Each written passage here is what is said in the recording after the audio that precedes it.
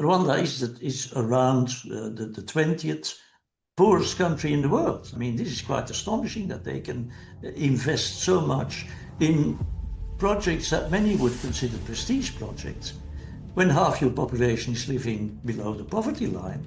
And yet they do that, and they do it, as I said, in a very competent, coherent fashion, at least in my view. For Rwanda are mainly a pretext to justify intervening in the DRC. Rwanda, I mean, the least one can say is that it's a very ambiguous relationship between official Rwanda and the FDLR. It's not able because it doesn't function as a properly organized state.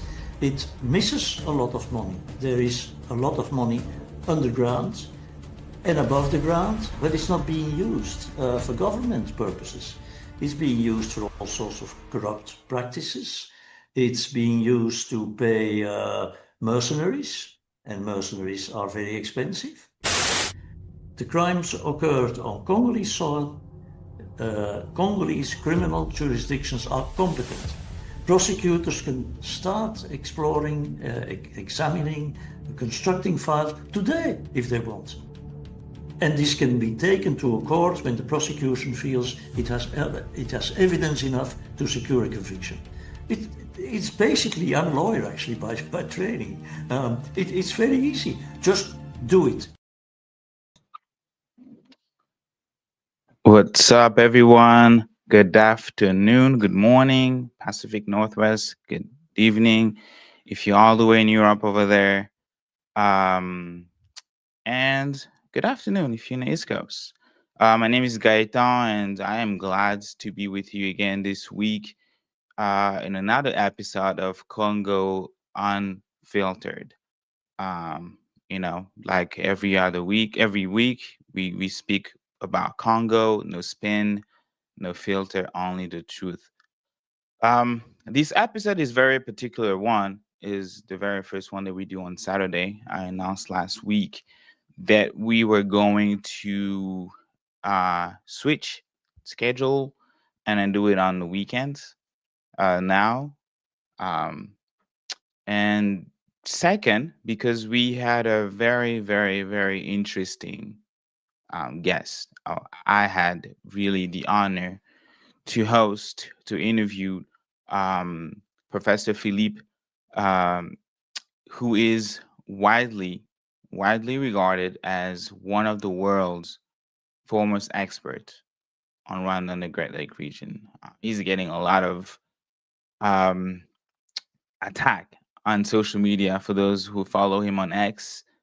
Um, he is the author of several foundational books, including A Modern Rwanda, a political history, which traces Rwanda's political trajectory over 150 years, from the pre-colonial kingdom of Rabugiri to the post-genocide era under Kagame. He also wrote Political Governance in Post-Genocide Rwanda. That one is a detailed analysis of authoritarianism in the RPF-led regime. And then he also wrote the Great African War, which investigates the regional geopolitics of the Congo War between 1996 to 2006. So his body of work really spans decades. We talk about decades, right? Decades and languages from l'Afrique des Grands Lacs en crise in 1993 to the Le Génocide des Tutsis au Rwanda to his editorial contribution in aid and authoritarianism in Africa. Can't speak. Uh, and he's not done yet. His forthcoming book, From Mugabe to Kagame, is actually due out next year from Cambridge University Press. So I was really honored to have a conversation with him about uh, Paul Kagame, about Sportwashing, about also the Congo. We didn't just stop to talk about Rwanda, to talk about the Kagame's regime. We also really dissect the internal politics of the Congo, about why the Congo is essentially a failed state. It might subscribe to, check few boxes in terms of like country, it has borders, check, population, check, language, check, president, government, check. But on the ground, the Congo is not a country. It is not. So it was very interesting to hear his take regarding that.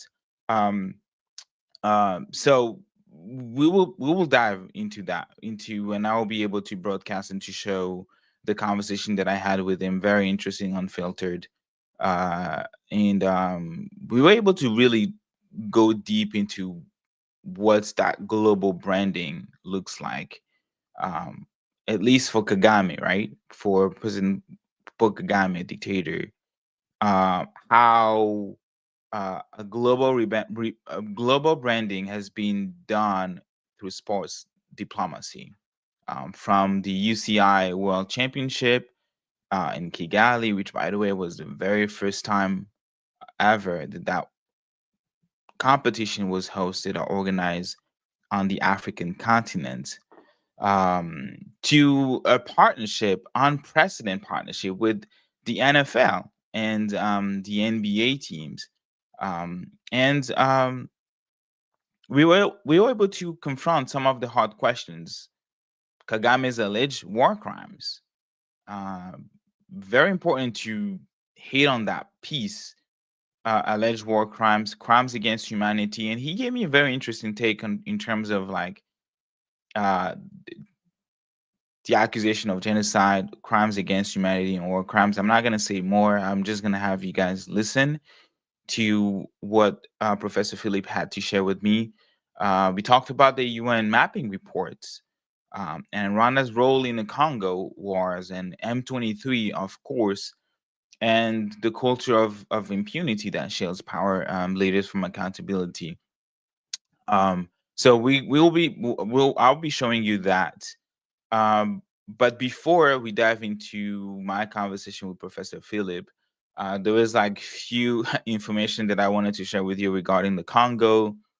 Former President Kabila was sentenced to death, uh, allegedly, according to the Congolese court. Right? He has been found guilty for being, I guess friends, right? I'm trying to look at the word that was actually used in court ruling, but they uh, they accuse him of essentially um, collaborating with the M23 rebel group. Um, Not just collaborating with the rebel group, but also uh, somehow aiding. And so this is what it says. The military court found Kabila guilty of collaborating with the M23 rebel group, which has seized control of parts of eastern DRC. The government alleges Kabila was the mastermind behind the rebellion, which he has denied. So other charges, of course, against Kabila includes involvement in an insurrection movement, conspiracy, and supporting terrorism. The former president was tried in absentia, which means that President Kabila was absent; he wasn't there, and his whereabouts are currently unknown. Last time I checked, he was in the Kivu occupied territory, currently occupied by M23's Rwanda's banks M23, um, um, but he also being seen in other countries like South Africa. So, in terms of damages, in addition to that sentence, the court ordered Kabila to pay approximately 33 billion in damages. 33 billion dollars. That's insane. In damages. Um, to the national governments and the province of North and South Kivu. So it's very interesting that that came out because he's in the eastern part of the country, allegedly, right? So the Congo, instead of doing this cinema, they should just go ahead and, you know, take back those territory that are right now under Rwandan occupation and arrest them and arrest Kone Nanga. But I think that's very interesting. And on X, I didn't really comment personally, and Friends of the Congo didn't comment on that either, because there is really more important things to worry about. You know, one of them being the population, and we're not gonna forget how Felix Tshisekedi, how we even got to the point that we are today. Because in 2019, when we had a clear winner of the election, the presidential elections, there was a deal that was made between President Kabila and the current president Tshisekedi. Um, I think the numbers that we had was about between some numbers was giving Martin Fayulu 50 over 50%, 59, others 64. Very interesting how that, not really interesting, but frustrating how those results were never proclaimed. And Kone Nanga, who was the president of the Electoral Commission at that time, will later admit that Tshisekedi had never won the election. So here we are, right? 2025. So Kabila gave or handed the presidency to a man that, according to Kone Nanga, the leader of the M23, is a crook. Um, I'm trying to get that video as well of Kone Nanga. Let me see. It was a very interesting video with CNN, Kone Nanga with CNN. Maybe it's on here.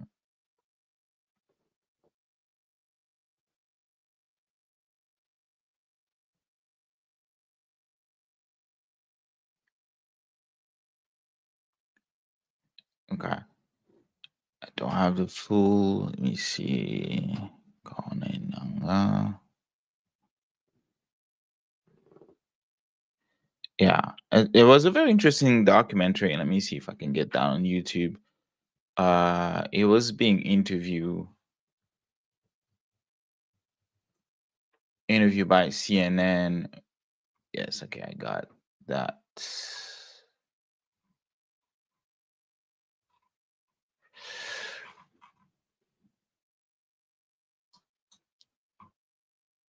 All right, let me share this first. Okay.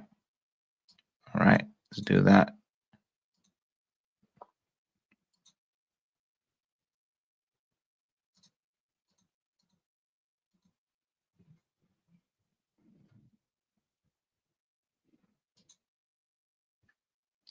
Why it doesn't let me share this? Give me a second. I'm having technical difficulties here.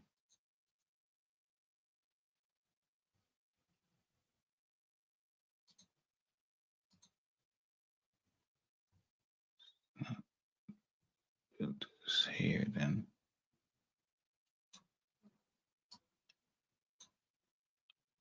Okay, I know what's going on. I was in the wrong tab.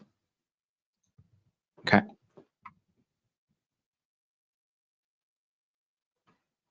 All right, let's do that. Okay.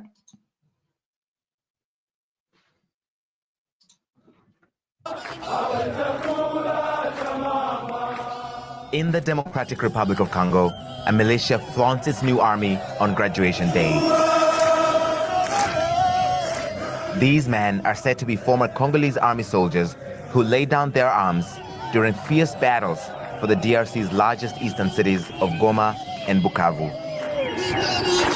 The man watching over them is Kone Nanga, the leader of the Congo River Alliance, which includes the M23 rebel group allegedly backed by Rwanda. The White House brokered a peace deal between the DRC and Rwanda in June, but these rebels are still fighting. Rather than peace, this former election chief says he plans to take his soldiers to the capital, Kinshasa, to overthrow DRC President Felix Tshisekedi. Our aim is to go to Kinshasa. We are going to go with our Congolese people. We are Congolese. We don't benefit anything from Rwanda, and we don't need it. CNN traveled to Goma in eastern DRC to interview the M23 leader amid fresh accusations of severe human rights abuses and war crimes leveled against all sides, but especially at M23. My team confirmed that the M23 committed widespread torture and other mistreatment, including sexual violence against detainees. These are the liars. Fake report, there's none true on that. You don't agree with Human Rights Watch and the UN? And I don't agree. I reject all those reports because they are propaganda from Kinshasa, and they have been paid. They have been paid for that. The eastern DRC, which shares a border with Rwanda, has been mired in conflict for more than 30 years since the Rwandan genocide. It is one of the most complex and protracted crises in the world, stemming from colonial-era border disputes, ethnic tensions, and fought over its large deposits of minerals that are crucial to 21st century technology. M23 has grabbed territory where the world's largest reserves of coltan are located, critical to the production of electronics, from cell phones to electric vehicles. The Rwandan government denies backing M23, though UN experts and much of the international community believe Rwanda supports the rebels. M23 first seized Goma in 2012, and this January took it again. This time, the rebels say they will not withdraw so easily. Would you accept a peace deal that requires you to withdraw from these areas you currently control? When we are here, we address the root causes of the crisis, then we drop everything, and everything is done. President Trump said that they're getting minerals as part of this deal. Tshisekedi doesn't have any a mining site to give. So President Tshisekedi has no minerals to give to the US? He doesn't have it. He's a crook. Are you suggesting that President Tshisekedi is manipulating President Trump with minerals? This is what he's trying to do. Will it succeed? I don't know. Goma International Airport has been closed since M23 took over. They accuse Congolese troops of leaving behind mines and booby traps. One of M23's biggest trophies is this Russian-manufactured fighter jet, which they say they took over as the Congolese army fled this city. That fighter jet is used to fly these rocket heads, and you see some of them have been used, some are still active, all abandoned as the city was getting liberated, according to the M23. Caught in the crossfires of power struggles and violence are vulnerable women and children. 25-year-old Muhawenimana Rachel, along with her 4 young children, are some of the thousands that have been sent over recent months from the DRC to Rwanda. I'm happy to be back home, even though I'm coming back to a place I don't even know, because I was born in Congo. The M23 tell us they are family members of Rwandan rebels who operate in the eastern DRC and who try to overthrow the government of Rwanda. They're being repatriated. But human rights groups say some of this repatriation is not voluntary. They have to leave. On the streets of Goma, life has largely returned to normal since January's fighting. At this busy market, people decline to speak on camera for fear of being targeted. 28 million people, nearly a quarter of the population in DRC, required urgent food assistance as of mid-2025, according to the World Food Programme. It told CNN the escalation of violence following the M23 takeover of Goma and Bukavu has, quote, severely disrupted humanitarian operations.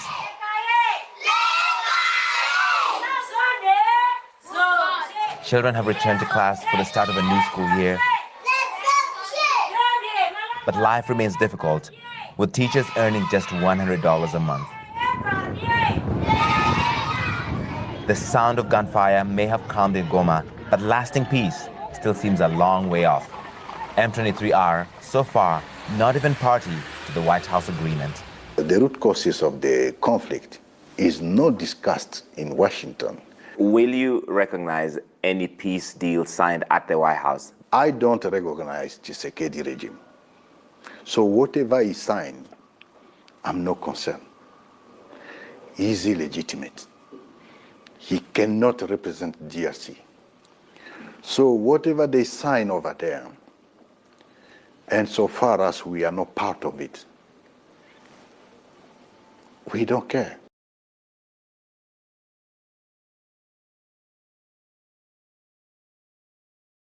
So I think it was very interesting that Kore Nanga, who is leading the M23 right now, AFC, said that he considered President Tshisekedi that he announced as the winner in 2019 is illegitimate. So I thought it was very important for me to kind of like contextualize before we dive into that, today's conversation, so that people really understand why we even criticize the Congolese government in the first place in our interview. And another information, other news that I want to share with you guys was that the Reuters announced that the Congo will not sign the economic deal this week, because there was a peace deal. President Trump said that the war between the Congo and the DRC is over. The president of DRC said that the war continues, and as we have been showing you guys, reports, credible reports for people on the grounds, that the war continues, that the fight continues, and as you saw on CNN, there was a graduation day of 7,000 troops of the Rwanda's back, and of the Rwanda's back militia, the M23. So we can't say that the war is over, right? President Tshisekedi said himself at the UN. So they decided, because there was the peace aspects, and we already debunked that in a few episodes, and how that was not a peace deal. That had nothing to do with the peace deal. It doesn't even talk about the Rwanda Defense Force withdrawing from the Congolese territory. But it was very, very clear, and that deal was clear about the economic aspect of it. So today, or this week, they were supposed to sign the economic framework of that, right? The framework was there. They were supposed to sign the economic deal. And the Congolese government decided to step back, citing that they wouldn't do it until 90% of the RDF would withdraw from the Congo. So there is this response from the Rwandan Minister of Foreign Affairs, Olivier Nduhungirehe, and I'm going to read that. He said, the reality is that the DRC and Rwandan delegations did a good job this week and reached, under the U.S. mediation, an arrangement on the regional economic integration framework. They were ready to initial the documents the following morning, but President Tshisekedi instructed at the last minute his delegation not to sign, fearing the negative reaction of his internal public opinion. The precondition of withdrawal of 90% of Rwandan troops that I read here and there is therefore a ridiculous pretext for media consumption never presented by the DRC delegation during the negotiations. That's actually true, and that's why it is on the peace plan. I can't believe I actually agreed with the Minister of Rwanda, but that's actually true, because you saw that in the peace plan that there was no RDF mentioned, there was no withdrawal of the Rwanda Defense Force, and the Congolese party, the Congolese Minister of Foreign Affairs, signed it. So which means that they agreed, and before everything was on that plan, on that peace accord, they had discussed prior to that. So there was nothing that alluded to thinking that that's what the Congolese government wanted. So they signed the peace deal. Now they need to implement that by signing the economic part of it, and the DRC government is pulling back. So I'm going to continue reading. Indeed, negotiations on the REIF, which is the Regional Economic Integration Framework, are purely economic and don't consider security matters, which are handled by the Joint Security Coordination Mechanism, JSCM, on the 17th and 18th of September 2025. The JSCM had met in Washington to discuss the implementation of the CONOPS. I think it's concept of operation. They're using that term to, it's this cohort that is supposed to neutralize the FDLR. The Washington, they had met in Washington to discuss the implementation of the CONOPS, and the statement issued by the U.S. State Department after this meeting didn't mention this precondition either. He's absolutely right. I must say that, unfortunately, since the start of the peace process 3 years ago, we are used to these regular mood swings by President Tshisekedi on important matters related to peace and security in our region. You will recall that on September 14th, 2024, in Rwanda, Angola, as the DRC military delegation had already approved the harmonized plan for the neutralization of the FDLR, CONOPS, and the lifting of Rwanda's defensive measure, ready to be signed by minister, President Tshisekedi suddenly changed his mind, called his foreign minister on the phone in the middle of our meeting, and instructed her not to sign. Voila. That's his declaration. The declaration, I think it is the official declaration of the Rwanda government, because that was his minister speaking. That was his minister speaking, Minister of Foreign Affairs speaking. So what we're gonna do now, we're gonna get right into today's topic, which is Kagame's Rwanda sportwashing and crimes of impunity. So here is my conversation with Professor Filip as we unpack the contradictions between Rwanda's polished global image and the reality faced by millions in the region.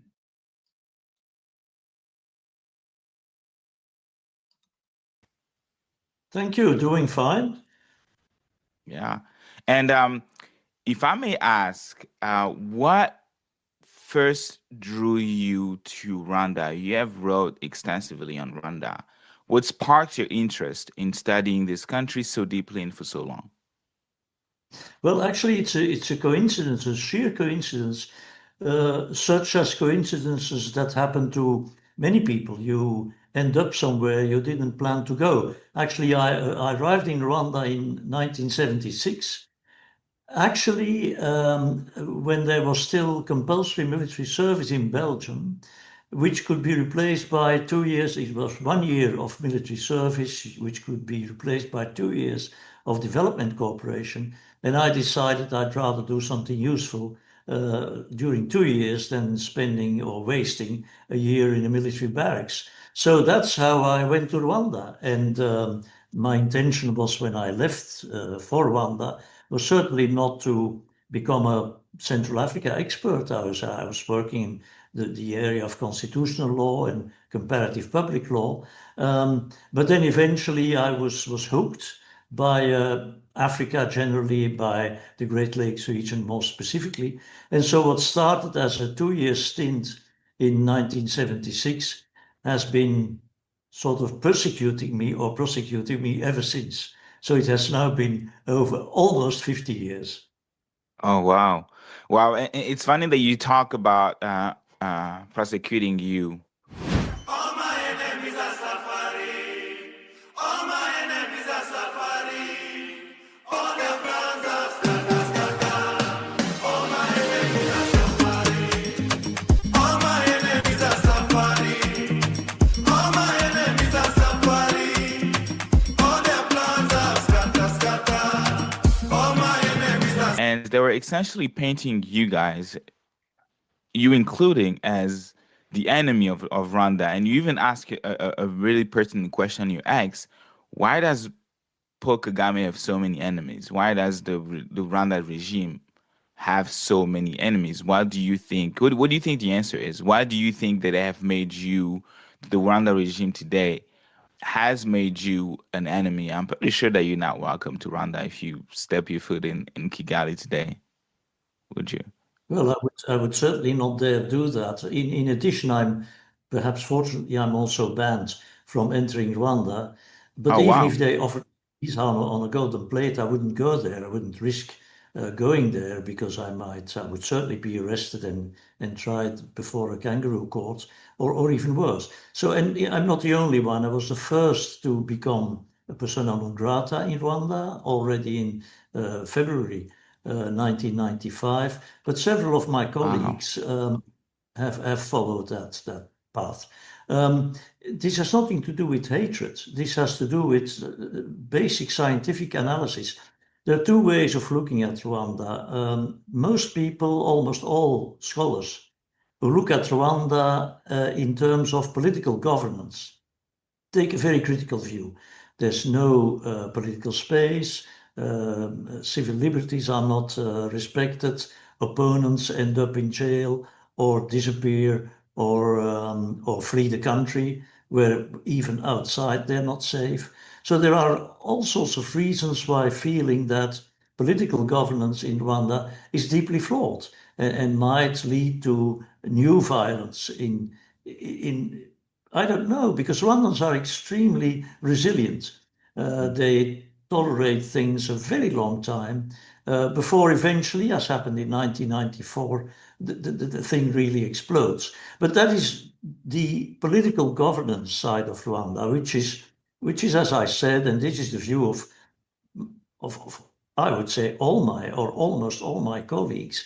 But there's also the well-run country. Rwanda is a real state, as opposed, for instance, to the DRC, to the Democratic Republic of Congo, which is a very weak state, which does not, but perhaps we'll address this later during this conversation, but the Congo doesn't assume most basic functions that a state should assume, like, for instance, territorial control. Rwanda is a real state. It's a well-run state. Bureaucratic, technocratic governance is good. And we've seen just 2 weeks ago, at the occasion of the World Cycling Championships, that at least Kigali is an extremely well-kept, clean, modern capital city. So in other words, as in terms of bureaucratic, technocratic performance, Rwanda is among the best performers, I would say, on the African continent. So there are really two Rwandas, and the disagreement that sometimes exists among even outside external observers about Rwanda depends really on which Rwanda one finds the most important, or one knows the best. As a scholar of politics, of course, I'm particularly interested in political governance, but people, economists, for instance, or people working for all sorts of development organizations might rather want to look at the technocratic, bureaucratic capacities of the Rwandan states, and these are pretty high. That's actually interesting, and that you mentioned Rwanda being a one. Yeah, I think it's crazy that since for 30 years you have been persona non grata. I think it's really crazy. That really speak of the that speak of what that regime is and what they did. They do not accept or welcome criticism of people who can and will be able to tell the truth in a really empirical and scientific way, like you mentioned. But Rwanda is not, because you said that you wouldn't even go there if you even got the invitation, and you mentioned that later that not everyone will think like that because they hosted, right, the 2025 UCI Road World Championship in Kigali, because people thought that Kigali was the place to go, and not just that was not the only international event that they had. They had concert, like they had John Legend there. They had Kendrick Lamar was there, and even before that, Dave Chappelle visited Rwanda. So talking about the 2025 UCI Road World Championship in particular, that was the first time in Africa. And then you're absolutely right. Compared to the Congo, Rwanda really stands as a strong country. They have demonstrated years after years.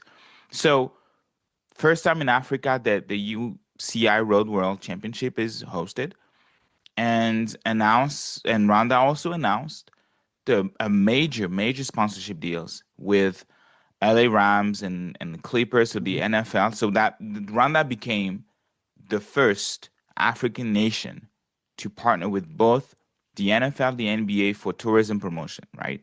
So how do you see these moves fitting into President Kagame's broader strategy of using, I guess, sports?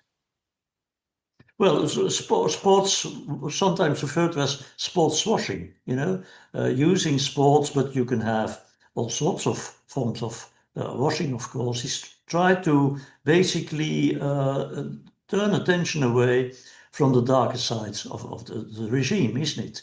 And the Rwandan regime does this, or the Rwandan government, I should perhaps say, does this in a very coherent fashion. I mean, these are not one-shot operations. They're part of a much broader ambition, a much broader vision, actually, because it is a regime.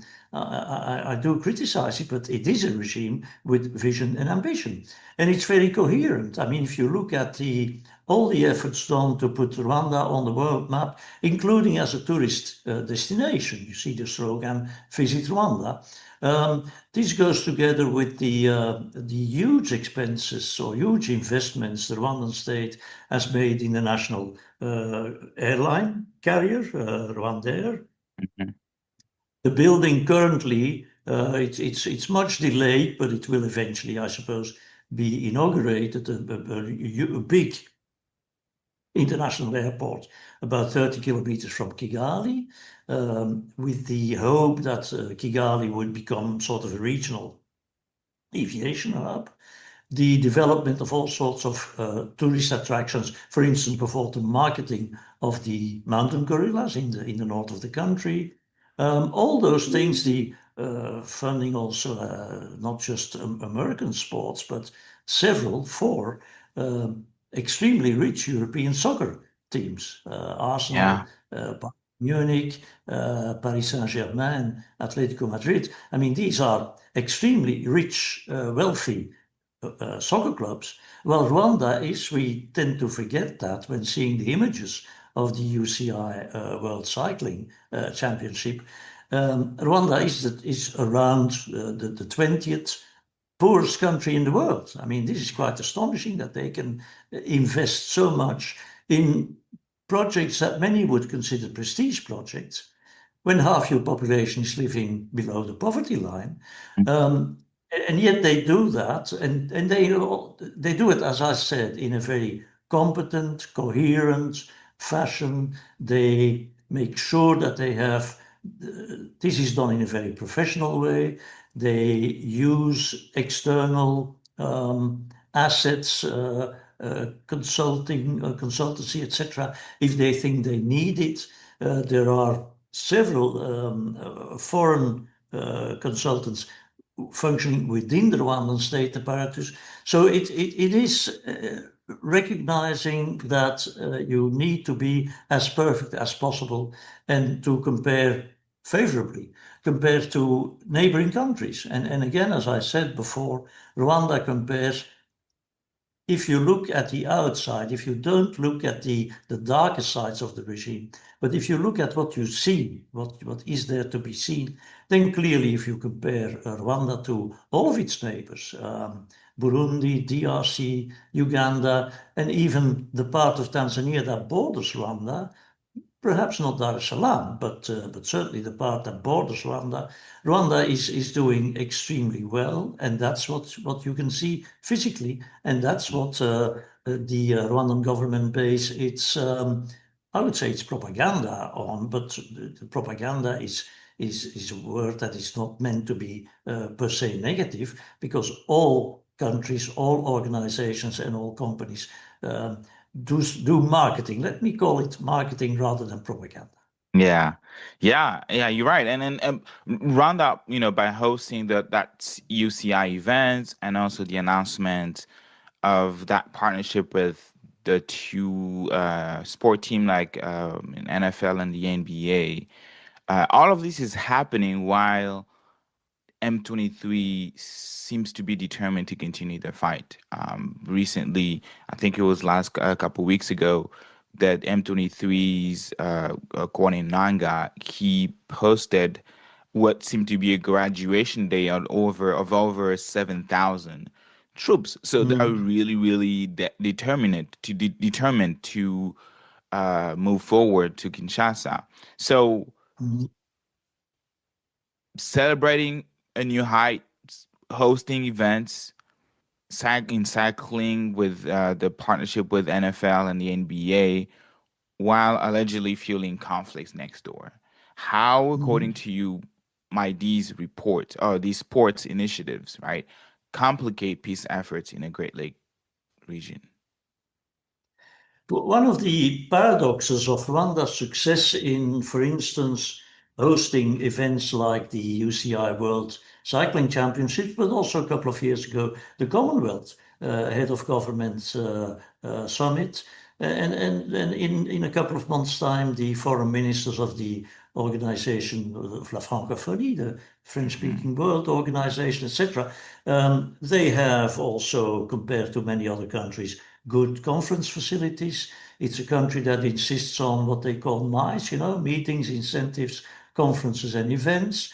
So all that is part of this coherent whole I mentioned earlier. But the paradox is that each time something special happens in Kigali, a number of observers, including in the press, including in the non-governmental organizations world, take a closer look at Rwanda, of course, and start analyzing what happens in the country, including the things the government the outside world wouldn't like the outside world to see.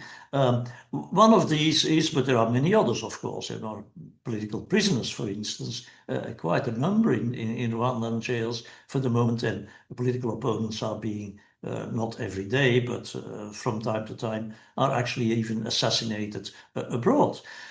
But to go to the issue of M23, of course, the so-called international community takes a closer interest in what Rwanda does because Rwanda is on the forefront of a number of things, like, for instance, world cycling.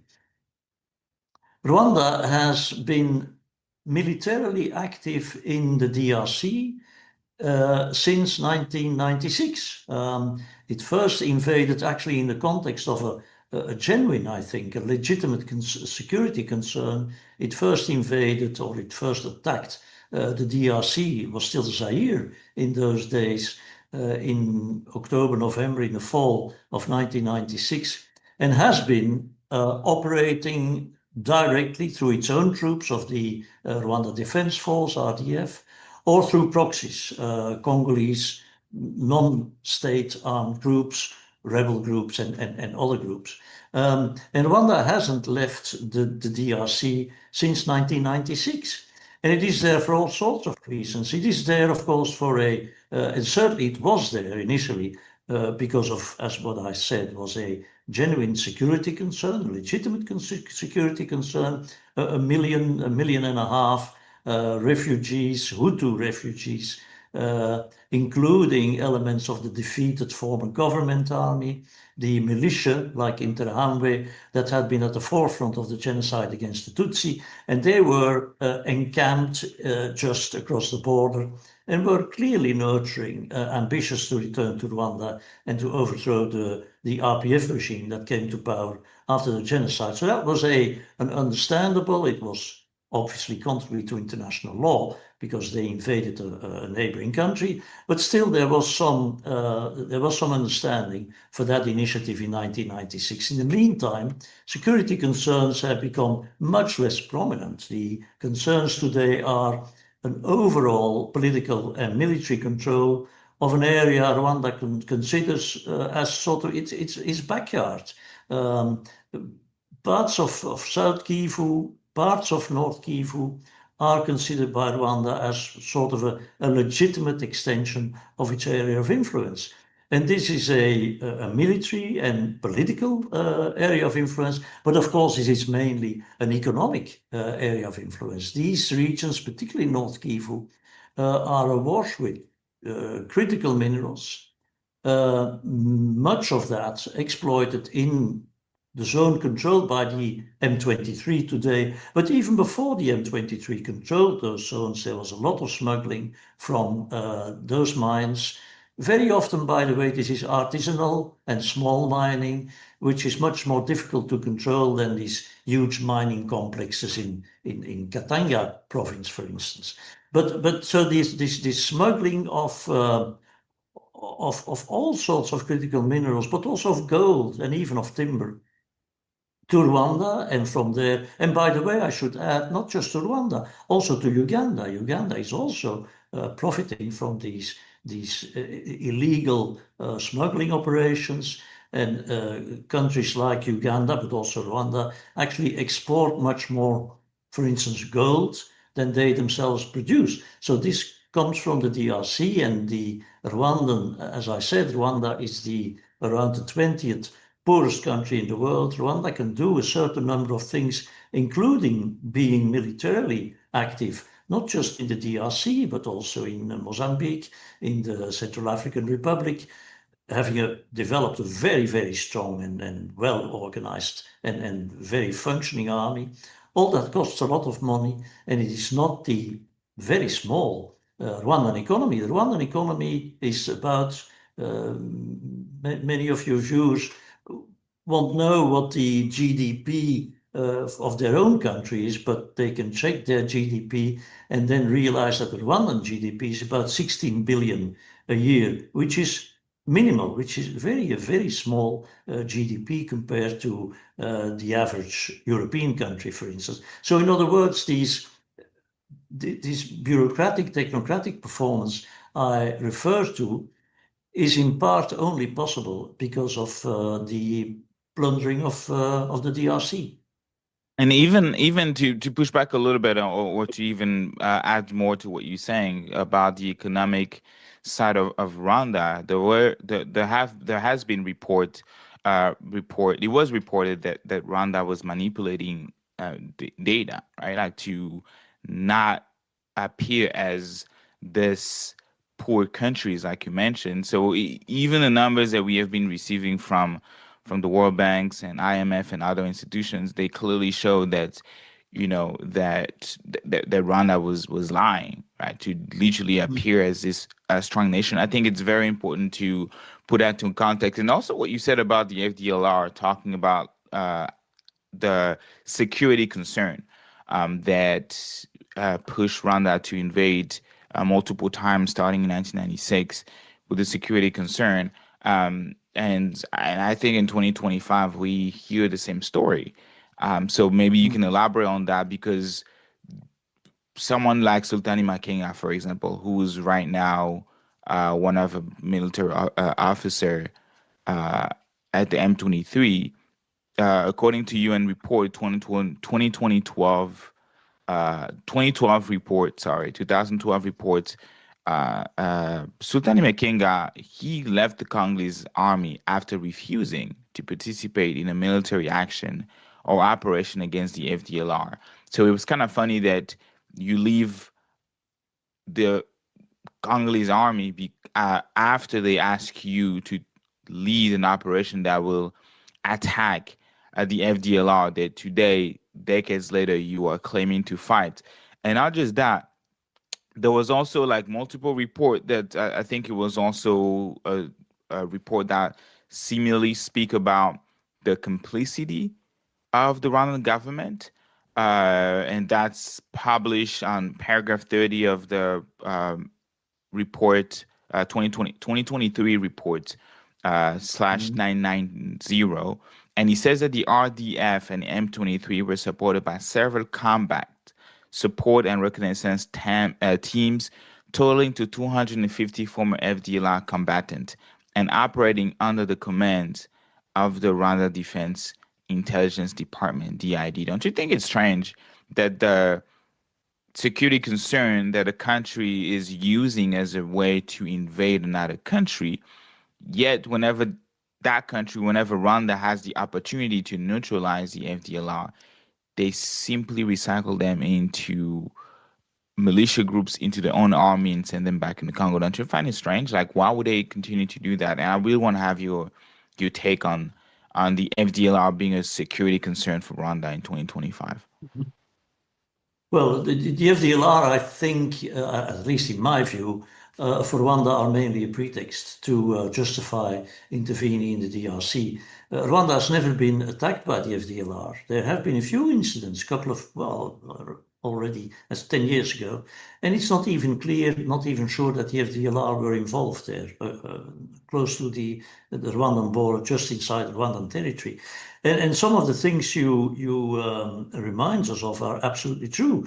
Rwanda, for instance, and all this has been documented in a very precise fashion by the UN group of experts on the DRC, and they publish a report every 6 months, and they've been doing so since early 2000s, I mean, for almost 25 years. So there's a fantastic archive of information on, not just on Rwanda and Rwandan activities in the DRC, but also on instances of illegal mining, all sorts of non-state Congolese groups. So we should not only focus on Rwanda. Rwanda is just one of the players there, but it is true that some of those reports have shown that that when they had the opportunity to attack the FDLR, the Rwandan army did not do so. There are other instances where the Rwandan army has been cooperating with the FDLR in moving minerals from the mining sites in North Kivu to the Rwandan border. And you reminded us that at one point in time, 250 recycled, if you want, FDLR elements combated with the Rwandan army on Congolese soil. I mean, the least one can say is that is a very ambiguous relationship between official Rwanda and the FDLR. And quite frankly, I believe that that they are not that much interested in destroying the FDLR. We don't even know how many FDLR there are. We don't know what their activities are. They're certainly involved in illegal exploitation of resources, as does everyone in that region. And there again, let me return to the issue of Congolese state weakness. The activities of Rwanda and the Rwandan army on Congolese territory are possible only because there is no functioning Congolese state. And the Congolese army, the FARDC or FARDC, are a mirror of the collapsed state. It's not a real army. They have to use, just like the Rwandans, have been using AFDL, RCD, CNDP, M23 in 2012, 2013, and again today. I mean, they use proxies, Congolese non-state armed groups, but the Congolese army does, or the Congolese government does exactly the same. I mean, the use of what has now become a generic term of Wazalendo, the Patriots. These are all sorts of non-state armed groups, militias, former Mai groups. This is simply a sign. The Congolese army, since the Rwandans attacked in 1996, the Congolese army has never put up a fight against either invaders from neighboring countries like Uganda, Rwanda, Angola in 1996-97. But they always had the job cleared by foreign armies, by non-state armed groups. You mentioned the FDLR. Well, they have been part, and they probably still are part of the Kinshasa government coalition. So there you are, and this is a very poor way of waging wars. You have no unity of command. You have no clear strategy. They start fighting each other. Among each other, there have been regular instances of Wazalendo groups shooting at each other, shooting at the official army. There is no way, or the use of mercenaries. I mean, this is so clumsy, and this is again illegal also on the international law. Yes, Exactly. And so if you, for instance, ask the Burundian army to help out in South Kivu, I mean, it's these are all instances of extreme state collapse, basically, and the army is just 100%. the mirror of that collapsed state. And it was also very, very, I would say, it made me angry when I found out that the Congolese government is paying the Burundian army, every soldier, about $5,000 for them to do the work that brave Congolese people would have done, because it was announced a few weeks or maybe a few months ago that the Congolese military and police officer will receive $500 a month. That was just announced recently, a few weeks ago. So I let you, conclude that they used to be paid less than $500 a month, and I think we were between $100 to $120 max a month. Yes. That a military personnel, an army that is at war, that has been at war for the past 30 years, I would say, has been earning. And on the other hand, you see that other countries, when they come in the Congo for security reason, they get paid thousands of dollars. It was reported Burundian troops, and even when the Eastern African community was in, it was the exact same thing. And to me, I really want to have your perspective or your take on, like, I know you mentioned about the collapse of the Congolese government. The Congolese government is a weak state. My question to you is, like, why is that? It's not money that Congo is missing. Why? Well, quite the contrary. I mean, Congo is not able because it doesn't function as a properly organized state. It misses a lot of money. There is a lot of money underground and above the ground, but it's not being used for government purposes. It's being used for all sorts of corrupt practices. It's being used to pay mercenaries, and mercenaries are very expensive. And the question you asked was, why did Congo become I would almost say, an empirical non-state? It's juridically, legally, it's a state, of course. I mean, they have a seat in the General Assembly of the UN. They have a national currency, they have a capital, a government, etc., etc. Those are all legal, how should I say, legal expressions of statehood. But the empirical expressions, like, for instance, territorial control, like proper tax collection, like proper expenditure. You collect tax and then you have to spend it in a proper way. The organization of your judiciary, your judicial system, rule of law, all that sort of thing. That is empirical statehood, and that is lacking in the DRC. Since when? Well, the DRC, Zaire, as it then was, because we're talking early 1970s here, Zaire, of course, didn't collapse overnight. These were the state was gradually destroyed by practices of nepotism, corruption, and in a sense, the state was made empty in a progressive fashion. When did the state completely collapse? Well, there is no date for that because the state hasn't completely collapsed today. There is still some state functioning, not nearly enough.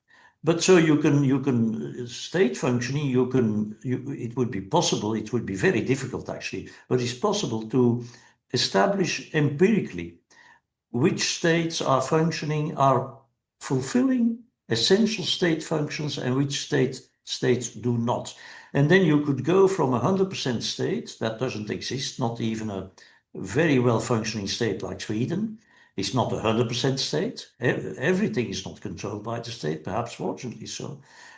From 100% to 0%. Of course, 0% doesn't exist either. In weak states like the DRC, there is still some state around. Let me give you a statistic that dates from 2009, but it's probably still a valid statistic. In a study on state strength or state weakness, the other side of state strength, 34 out of the 50 weakest states worldwide, 34 of the 50 weakest states were African. 34. Congo was, because it was already Congo in 2009, Congo was the third weakest in the world after Afghanistan and Somalia. The third weakest in the world. And so, in other words, the second weakest on the African continent, which is the weakest state continent worldwide. I mean, it's insane. You don't need much more than that to understand what happens. If you don't function, even not minimally function as a state, how would you expect to, for instance, raise an army that can be paid, because they have to be paid, but you need much more than military pay. You need command structures, you need competent officers, you need some discipline, you need lack of corruption. Soldiers' pay should not disappear in the pockets of officers and that sort of thing. So, I mean, you need proper material, weapons, all sorts of infrastructural issues. They're not present. During the last couple of years, the biggest purveyor of weapons and ammunition to M23 has been the Congolese army, because they have abandoned. Each time they were overrun, the military camp of Rwanda. Don't want to fight. They don't want to fight. They simply run, right? Why would you fight if you get paid less than $100 or $120? Why would you fight? Exactly. Yeah. I wouldn't fight, and I wouldn't die either, because this is not just fighting; this is dying, right? Exactly. Dying for a couple of $100 per month.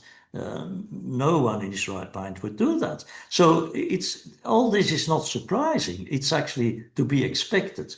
What I fail to understand is, because we've been saying this since Mobutu was overthrown in 96, right? He was overthrown in 97, actually, when Kabila in May, I think, 97 arrived in Kinshasa, and Mobutu fled the country. Then we, and by we I mean the international scholarly community, said, well, listen, now Mobutu has destroyed the state, has destroyed the state of Zaire, and now the DRC.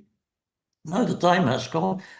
This was at the end of the 1990s that I was among them, but many others said, well, the time has now come to reconstruct the state, to abandon the heritage, the terrible heritage of Mobutu in terms of state performance, and to start constructing a state. Start constructing a functioning army. We are more than 25 years later, and basically nothing has been done. So, I mean, all this was to be expected. Yeah. And really, thank you so much for that, because people always tell us, oh yeah, you guys always talk about Rwanda. No, we talk about wrongdoing. We talk about unethical behavior. We're talking about, bad stuff, whether it is on the Rwandan government, who is violating international laws and also committing crime. And I will dive into that in the next portion. But also, as we've done in this section, talk about the responsibility, the accountability of the Congolese government, the President Tshisekedi, his administration or his regime, and how they have been conducting this war merely as a way for them to profit, with millions of dollars being spent on the military for what? When you gather millions of dollars, like I discussed last week, about hundreds of millions of dollars that was obtained through an ICJ ruling, right, from Uganda. Uganda was paying reparation to the Congo, $60 million of its installment payment, and 98% of that went right back in the pockets of politicians. And it was actually it broke out last week, and we now know how much of how much, like in terms of salaries, people in charge of those institutions supposed to provide reparations to the victims, victims of sexual violence, victims of rape, victims of like children who lost the mom or the parent. And we're talking about somebody who is leading that institution. Less than 2% was going to reparation. Less than 2% was going into orphans, into women that were abused, sexually abused or assaulted. And they're getting like $38,000 a month. And that's without perks, because you add SUVs that they have in terms of like a benefit. You add medical insurance, and even a one month full month paid by the organization. That is insane to be making $38,000, yet less than 2% of your budget goes directly to the people that your organization was, created, I would say, in the first place. So thank you again for really hitting really hard to home, to the Congo, because yes, we talk about the crimes, we talk about the accountability of Paul Kagame of Rwanda, of Uganda, but we got to talk about the Congo as well. So speaking about Paul Kagame, and that was your extensive work. You have written extensively on about Paul Kagame, as I mentioned, and particularly his responsibility in the war crimes, right? Including the, downing of President Habyarimana's plane in 1994, which I want to say many argue ignited the genocide, right? I need to put it out there. So with Rwanda's official narrative framing Paul Kagame as a savior, why do you particularly believe that the international community, especially the US and the UK, has overlooked this? Well, this is a very complex story. The genocide against the Tutsi occurred in 1994. That's 31 years ago, So, I mean, a lot has happened since. Let me make one thing clear before I address your question. I've worked a lot on the airplane attack in Kigali, the downing of President Habyarimana's plane. On that plane, by the way, people tend to forget he was a second president, the Burundian president, was on board as well, Taryamira, and he, of course, died together with all the persons on board. The only thing I want to clarify here is that although this has not been judicially determined, by the way, but there are, in my view, sufficient indications that the RPF did it, to say the RPF did it. But that does not, it triggered the genocide, there's no doubt about that. The genocide started the next day, or even the night following the airplane attack, which was supposed about just past 6 in the evening. But although it triggered the genocide, it did not justify the genocide. We have to be very careful Absolutely, about that. yeah. It's not because the RPF downed, and at the time when the genocide started, no one really knew who downed the plane. There were accusations against the RPF, but the genocide, something happened. In this case, the downing of the plane, but something else could have happened as well to get the genocide underway. I'm not saying that the genocide was prepared for a long time, but the genocidal logic was there, and it exploded at the occasion of or after the downing of Habyarimana's plane. Now, on the issue of, because the question you asked is basically how do you judge Kagame, right? I mean, first of all, and this is again the two Rwandans or the two Kagames. Kagame is the man with vision and ambition, no doubt about that. But Kagame, I would be much more forgiving for Kagame, much less critical, if he were just a banal, ordinary dictator like there are many in the world. But Kagame is not an ordinary or banal dictator. He has committed war crimes at a massive scale. Hundreds of thousands of people, Hutu, mainly Hutu, raises the issue, but I'm not going to address that one. It would take us too far. The issue of whether in 1994 the RPF and Kagame already committed a genocide against the Hutu. While the Tutsi had been certainly victims of genocide, that's the idea of the double genocide. I'm not going to go into that. You don't need to find someone guilty of genocide when you can prove that he has committed war crimes. That's enough for me, right? So Kagame has been responsible. He has not personally killed, of course, all those people, but responsible for hundreds of thousands, we don't know exactly how many, but hundreds of thousands of civilians, non-armed, non-combatant civilians being killed during the 100-day genocide in Rwanda in 1994 from April to July. Then, as we discussed earlier, the Rwandan army invaded the DRC to attack the refugee concentrations that were a threat close to the border. All information that we have show that at least between 200,000 and 300,000 Hutu were slaughtered by the Rwandan army on Congolese territory. And we haven't mentioned that, but there was a well-known report, the famous mapping report of 2010, produced for the UN High Commission for Human Rights in Geneva, that suggests that there may have been genocide committed by the Rwandan army against those Hutu. And I would like after this to return to the mapping report, because you also mentioned Mukwege, and it is important to remember that. And then at a third time, the Rwandan army suppressed an insurrection in the northwest of Rwanda, much less well known internationally, between 1997 and 1999, where again tens of thousands of unarmed civilians were massacred by the Rwandan army. So we're talking at least about 500,000 civilians during these three periods that I just mentioned that were killed, and they were victims of war crimes.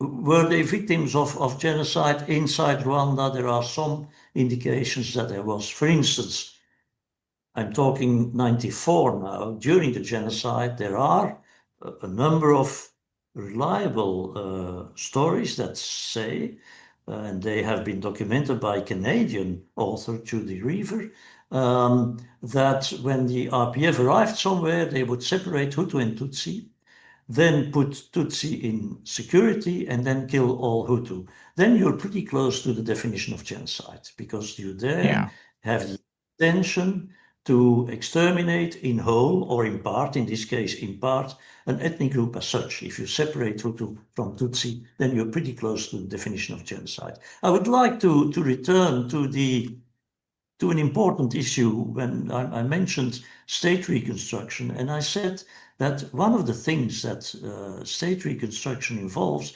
is rule of law, is re-establishing rule of law. Now, it is interesting you mentioned Dr. Mukwege, and he also already during his speech when he received the Nobel Peace Prize, he already insisted and mentioned the UN Human Rights High Commission mapping report of 2010, which spells out in much detail. This was very seriously researched. I met the researchers in Kinshasa in those days.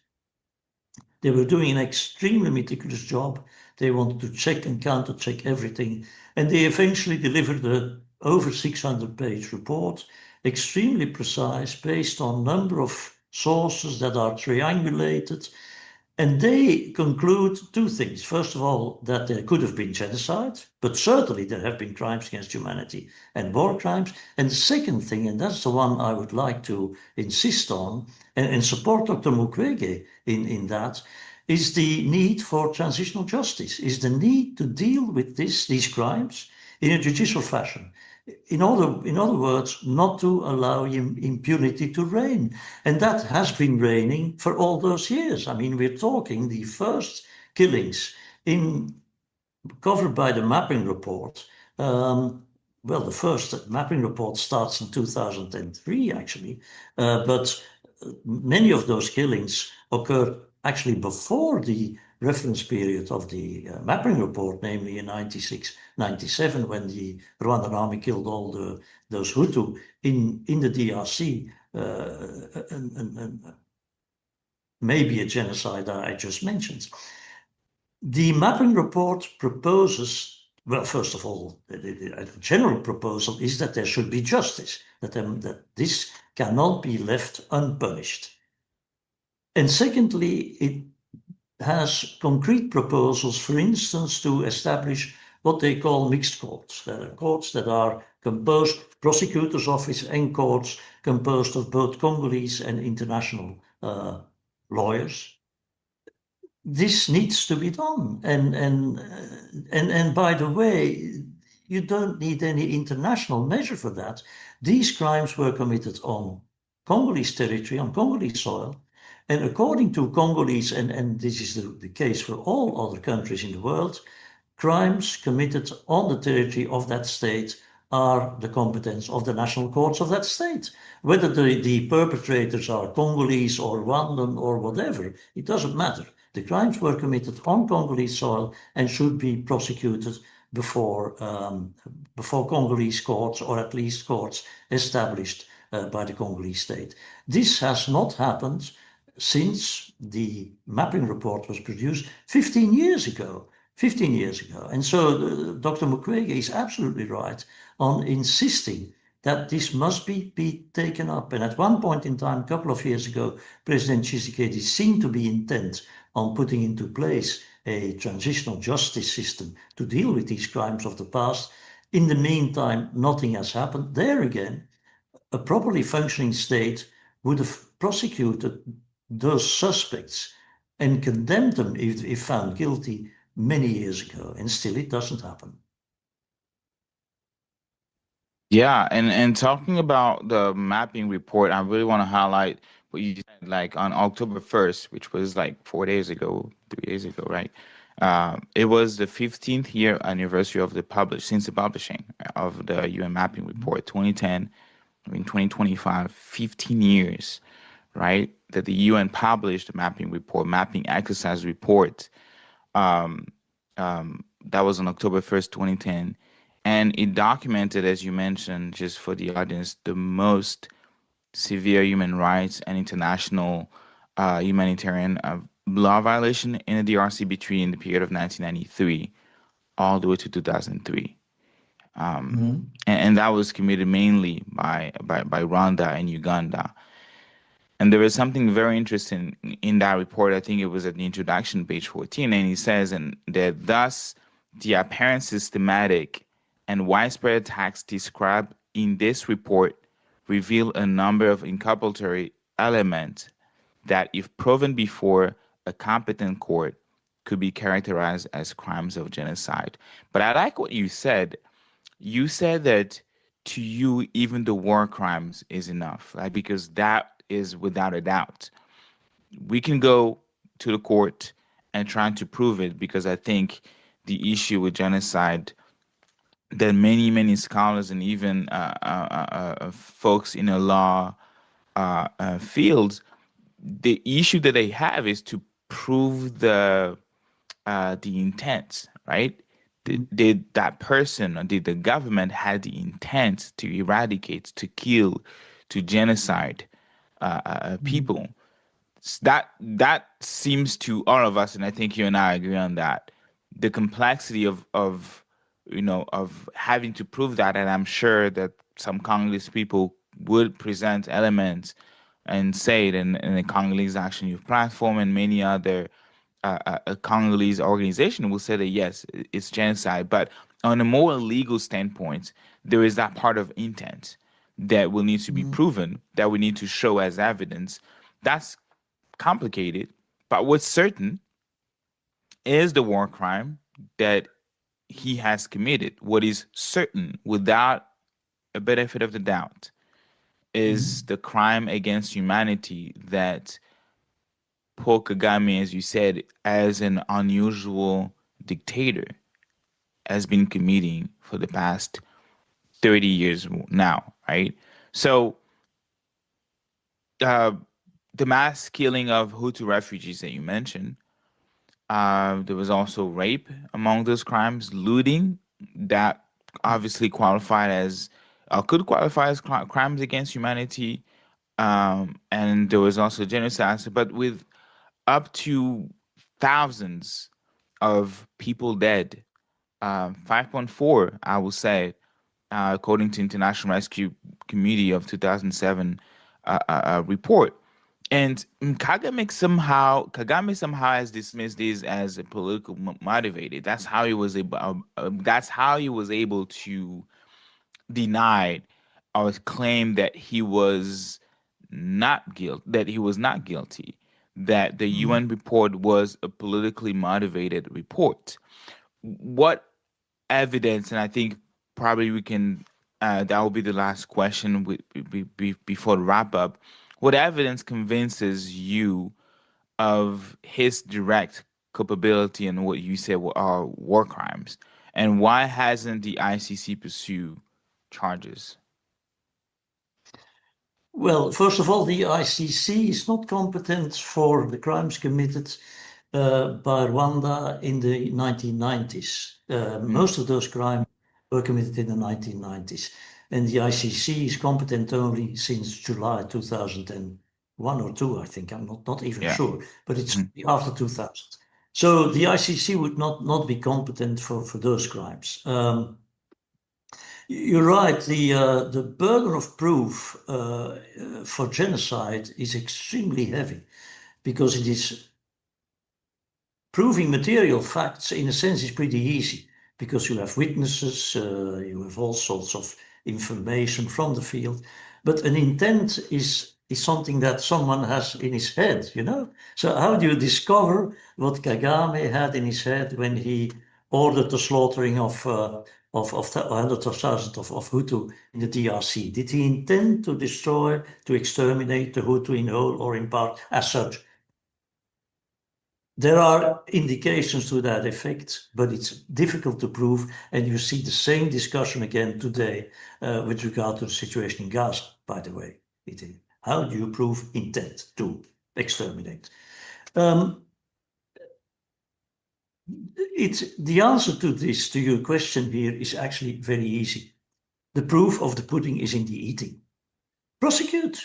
You know, Kagame seems to, the Rwandan regime constantly tries to discredit the mapping report and discredit Dr. Mukwege, who is the advocate, if you want, of the mapping report. And they constantly attack him and attack the drafters of the report, but never the substance. So I would say, okay, let it happen. And this is again a responsibility of the Congolese government.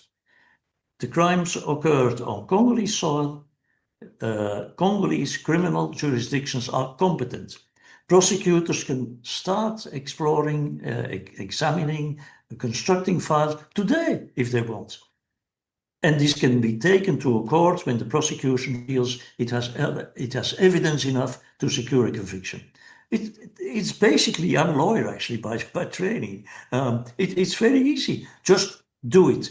And if you have a reliable, and that's why I would say, I would insist on having a mixed judicial system to make sure that both the prosecutorial policies and the judgments later on the merits are not rejected out of hand as being biased, inspired by a corrupt political system like that of Kinshasa, etc. Make sure that there are international lawyers, prosecutors and judges in those prosecutors' offices and in those jurisdictions. But let it start, as Dr. Mukwege asks, it can start tomorrow. You don't need any new law. The Congolese criminal code is very clear on that. The Congolese courts are competent. And even if you want to to abandon the idea that you're going to prosecute for genocide because the burden of proof is so high, then prosecute for war crimes and crimes against humanity, and there is no statute of limitation for those either. They can be prosecuted until the suspects die. So why not start tomorrow? Interesting question, man, and you're absolutely right. And I think we probably gonna, stop there, and then just one more question that's more of to like help us, um, I would say wrap up everything that has been said so far.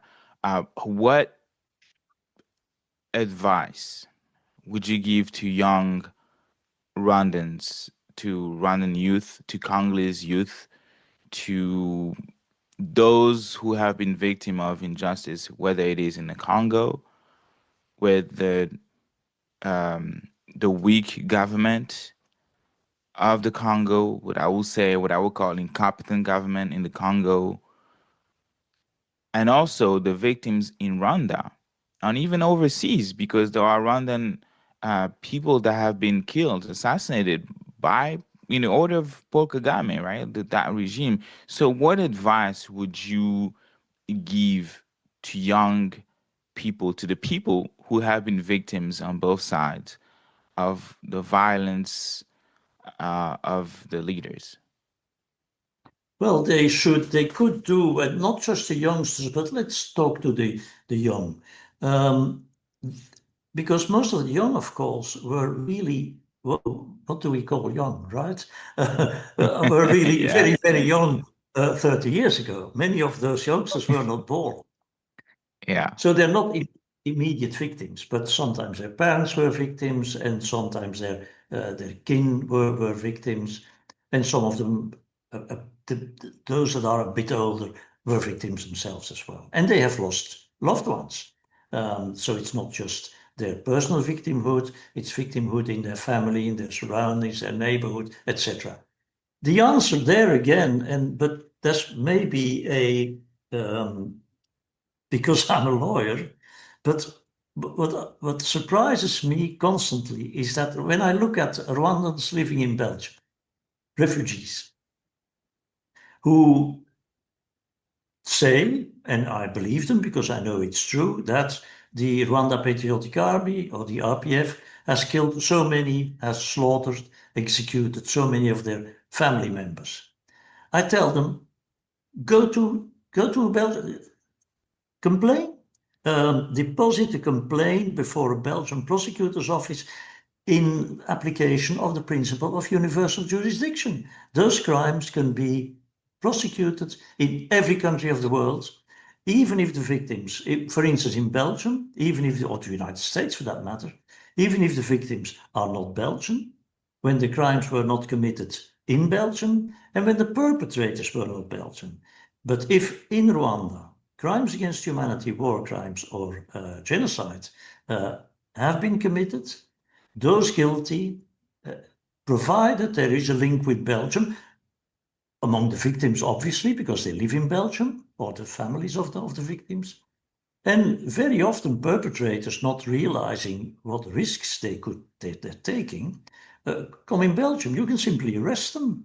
A Rwandan general, Karenzi Karake, was arrested in the UK many years ago at the request of the Spanish judiciary, and was eventually allowed to leave and was not prosecuted.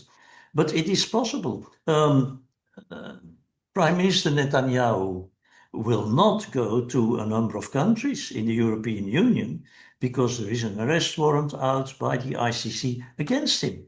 And he won't go to, I can tell you, he won't go to the UK, he won't go to Belgium, he won't go to the Netherlands and Scandinavian countries, because there's an arrest warrant against him. And countries are obliged to respect such an arrest warrant. So in other words, I return to the same issue, use the judicial system. And when I tell Rwandans in Belgium, why don't you, they complain about victors' justice and only the Hutu are prosecuted, etc., etc.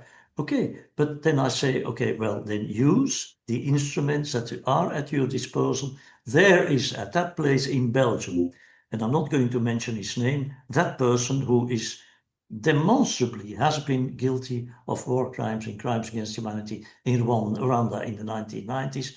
Go and lodge a complaint against him before a Belgian prosecutor. They don't do it. So they should simply use the instruments that are given to them by the law. Professor, thank you so much for this conversation. It was really enlightening. I will talk to you for hours just because of the knowledge that you have. And in a really complex, because really the Congo crisis, the Great Region crisis, is a really complex topic. And you have spent decades just writing about it. And I would like just sit down with you for hours and just have this conversation. Hopefully, this was not the last time, because we're definitely going to have you back to discuss, to share with you your knowledge, so thank you so much for the time. Thanks for having me. So that was Professor Filip Reyntjens, and I hope I'm not butchering his name. That's why I just say Professor Filip. What a man. To be able to do the work that he has been doing for over 30 years. Person non grata since 1995. I believe that's what he said. That's 30 years. That's how much my wife's age right now. That's my wife's age right now. 30 years. And he has been person non grata in that country because of the work that he has been doing, because he has been speaking the truth, because he has been writing, because he has been documenting, and because he is someone that the regime of Kigali is fearing. Person non grata, what a man. So he offered a very sharp insight into the region, the Great Lakes region, into Rwanda, and also into Congo, right? Because this wasn't just about Congo. This wasn't just about Rwanda, and I really want to be clear about that. It was about the region, because when it comes to the instability in the Congo, when it comes to the instability in Rwanda, when it comes to the instability in the region, these two countries should be mentioned, should be studied. So this was also about the Congolese government. Guys, I have a lot to say about the Congolese government. And if you didn't watch the episode last Friday, last week, I encourage you to go back and watch it about Fonahav. Fonahav is an institution that was created to handle the reparation. So people who were raped by foreign armies, by militia groups, family members who lost their loved ones, they were supposed to have access to money apart from the justice, the legal justice, because they want to see those who committed those crimes arrested, trialed, convicted, and arrested. But there was also some sort of compensation, because can you imagine that you lose your mom or your dad who's providing, your mom who's taking care of you, who's providing? Imagine the sorrow, the sadness of having to grieve the loss of your child as a parent, how you have to conduct yourself every day, going to work, miss work. And you have to live with that grief for the rest of your life. The trauma of seeing somebody, listen, some of the things that the Congolese go through, you can only imagine.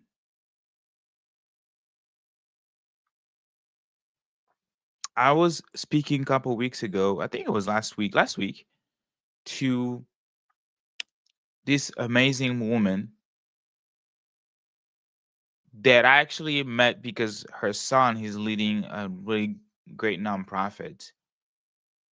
And it was actually interesting because she is in the same prayer group as my mother-in-law.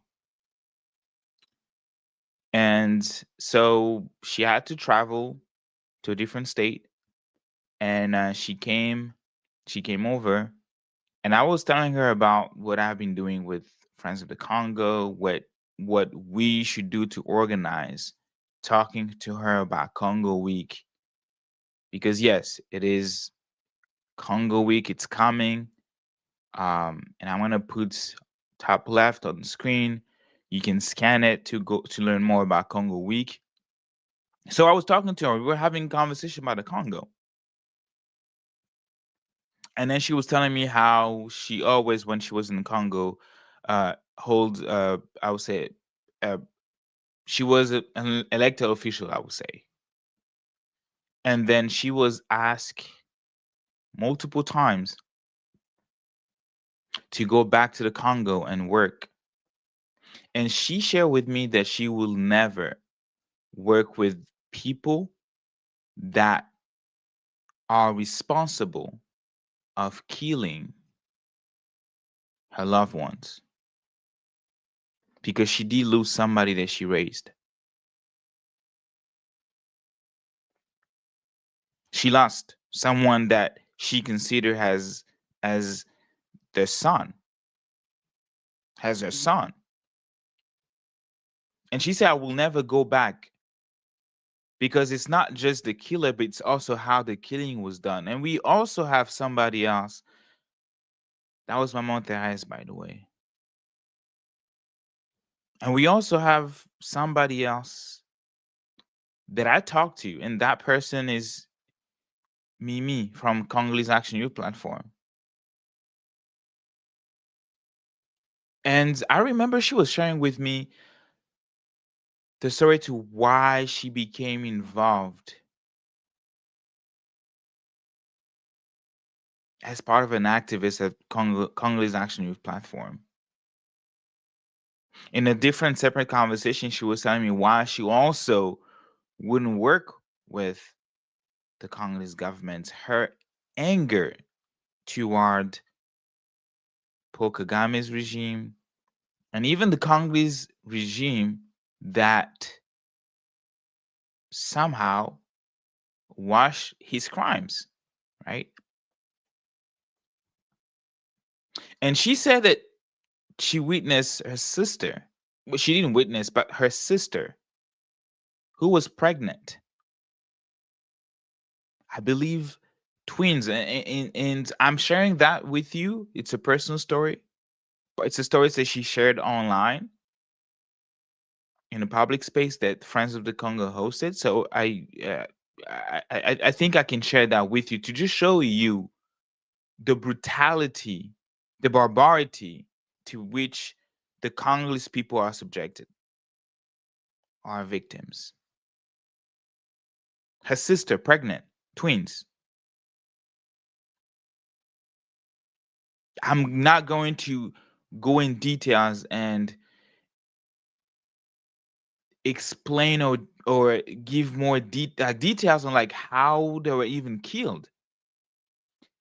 And she has been ever since advocating. She has been ever since involved in Congolese Action Group platform, campaigning for genocide for economic gain. These are real people that lost real people. Human lives, not just numbers. that we're trying to reduce.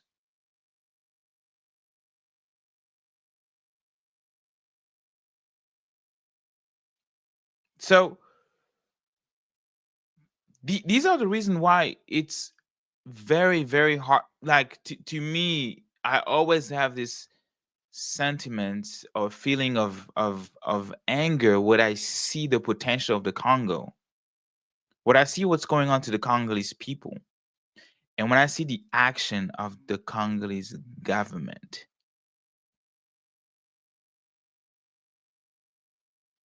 Right? Because if as Congolese we can say that Rwanda is violating international laws, that the Congolese borders are sacred, that we have the intangibility of the borders, that they must not be violated, just like for any state, because we are basing ourselves on what we say, our advocacy, on the international law. So when the Congolese government uses the same international law, with the same international, they take it and they violate, they are depriving us from even argument to continue to fight for the Congolese people.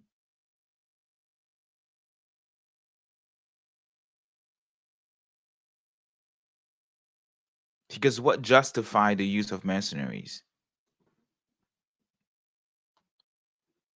Illegal under international law that the Congolese government signed and ratified in the 80s. And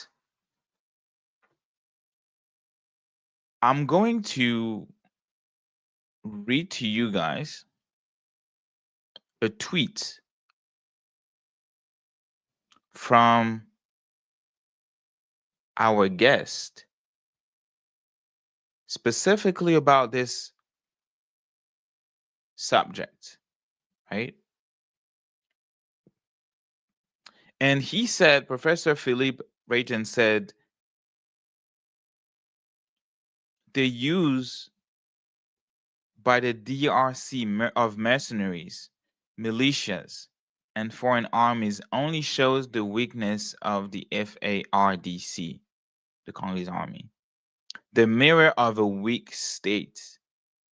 It also jeopardizes command structures and coherent military operation.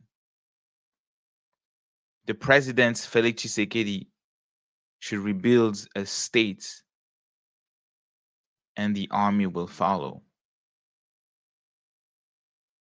$5,000 is how much the Burundian soldiers are being paid for the joint military operation in the Congo. $5,000 a month.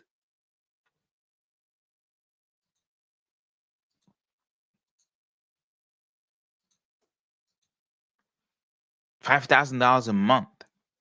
And a few months ago,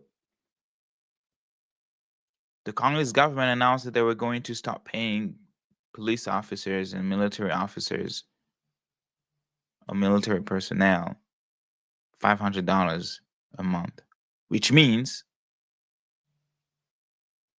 that they were not paid $500 a month before. They were actually paid far less, 120 maximum.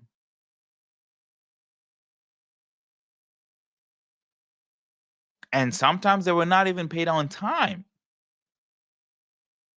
So there was even this documentary when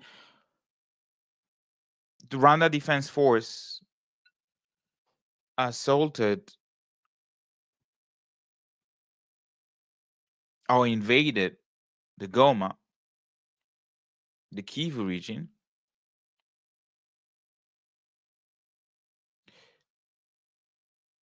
There was a documentary, there was I think it was a section from the TV5 French news channels about the call for the Congolese government to recruit more. That was a call. Like the Congolese government was putting out there, there were looking for volunteers to join the army and defend the country. And in that documentary, if I would say short documentary, the volunteer, this poor Congolese volunteer, probably 18 at least, was saying that he was hungry. In that documentary, he's at the training ground, at the training camp, saying that they're missing rice. But we also know, because he has been documented, that high military officers are known to siphon the money that is supposed to go up and pay those brave soldiers, those brave men and women. Weapons, same thing, right? So this special was also an indictment to the Congolese government, because talking about the Congolese government,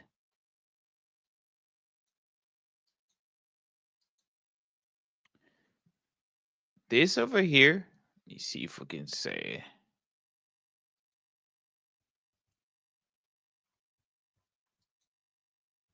I really, these are the name of the people that are leading currently for FUNAIV.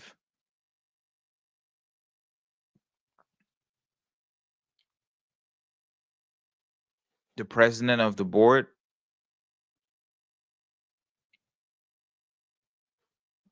the executive director is number 2 in charge of finances, and the director in charge of operations.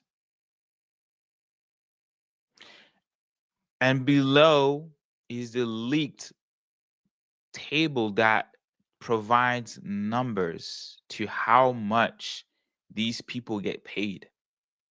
It's in French, but I'm going to help you read it. This is the base salary. $38,000 for the executive director a month.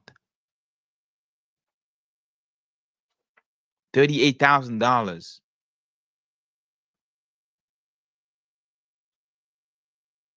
Told you that Congolese that are in those institutions, they see how bad those institutions are being run, because come on guys, like, money's supposed to provide justice to the victims. You take it, give yourself this type of income. $8,000 for housing. So the executive director makes $38,000 a month. In addition to that, he gets $8,000 for housing.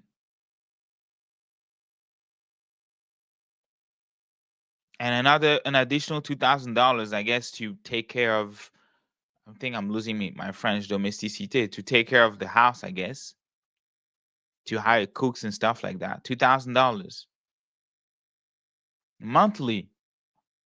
On Instagram, people are asking monthly. Yes, $38,000 monthly. Yo, that's the yearly salary of someone working minimum wage in the US. So somebody making $38,000 a year, someone in one of the poorest country in the world,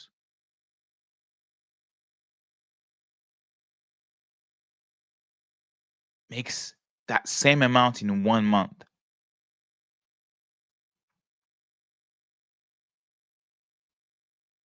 And then you also have vacation. You can request vacation, but you have by right,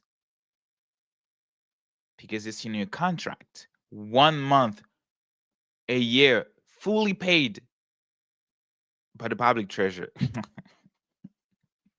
Like 38 grand is not enough.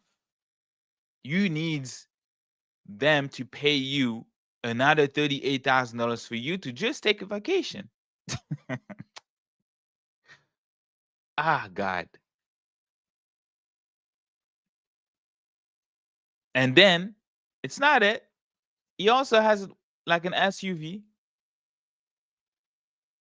Part of the benefit, part of the perks of being the executive director of that public organization that President Tshisekedi put under his wife's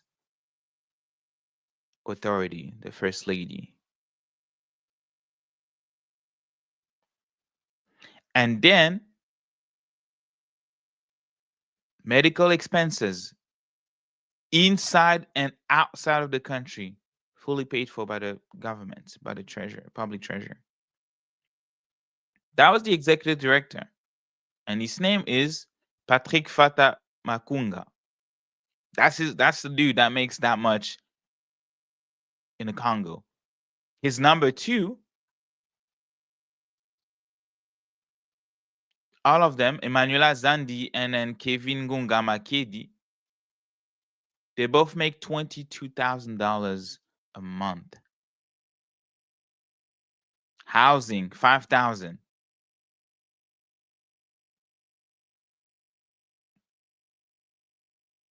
Cooks, landscaper, whatever they need for their house, $2,000. 1 month fully paid of a salary. One SUV. Other administrators, $20,000, no benefits.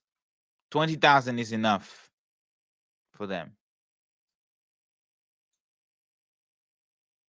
Those who are how do you say commissaire? Commissaire. My French is commissaire. Commissioner. There you go. I need to brush up my French. Commissioner.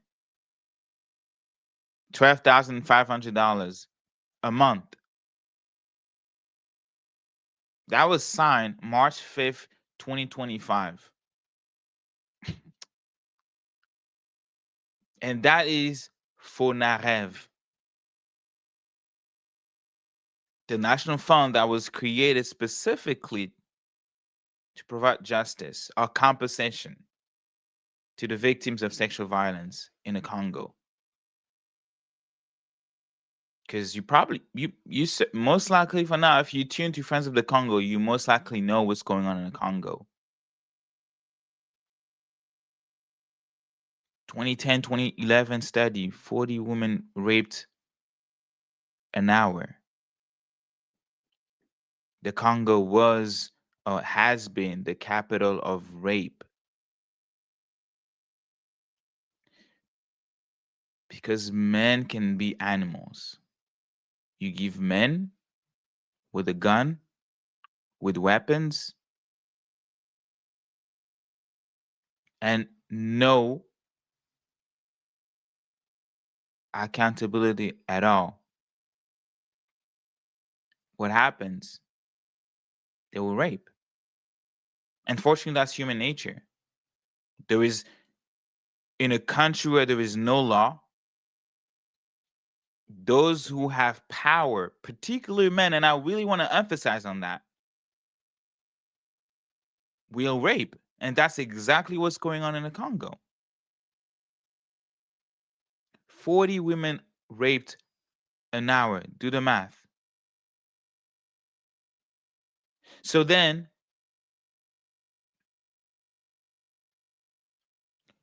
they do decide to create that institution, which, by the way, was an idea stolen. That was an idea from the Nobel Peace Prize, Dr. Denis Mukwege, because he wanted such an institution to be under the supervision of the United Nations.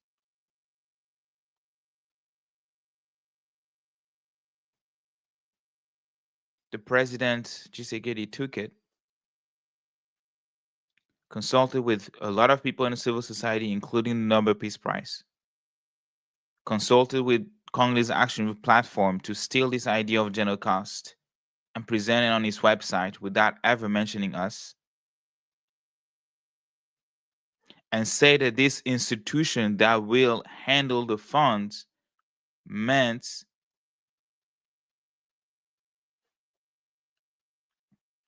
for the victims will be handled by his wife, not by the parliament.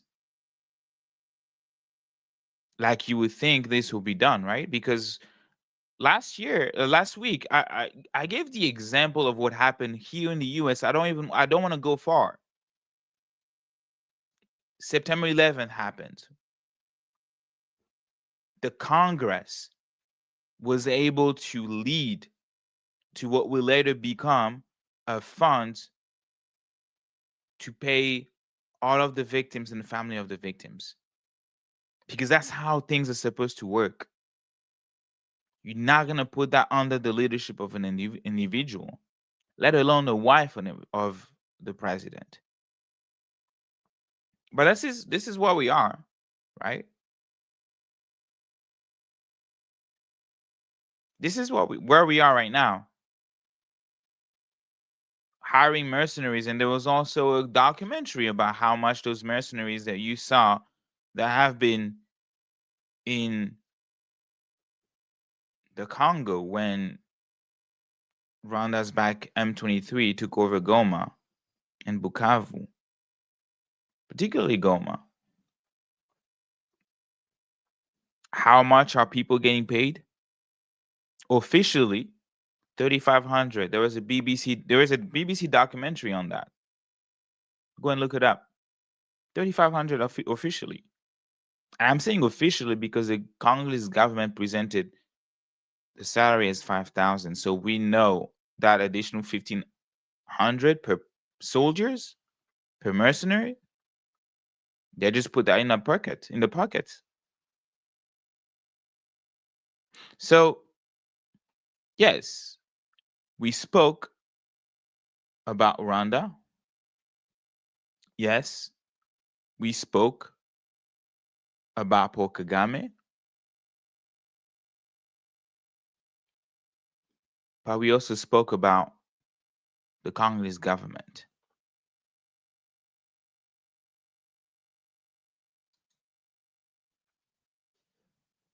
That has failed its people.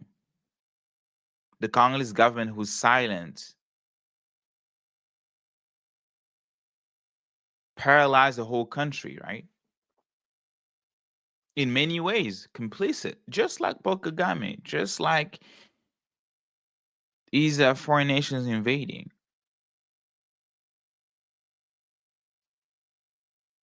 Complicit in the ongoing tragedy happening in the Congo.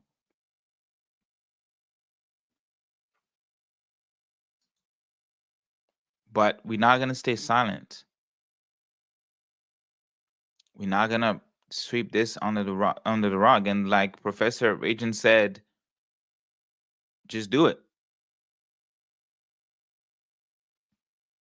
Just do it. Tribunal for the Congo, let's just do it.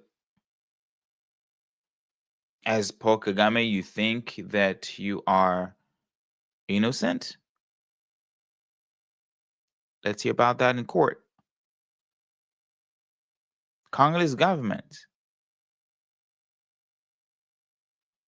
A class action lawsuit should be filed against them as well for complicity for how they are mismanaging funds. Because I keep saying this. Because I don't want US taxpayers to go to people who take the money and use it for their own benefit. I just don't.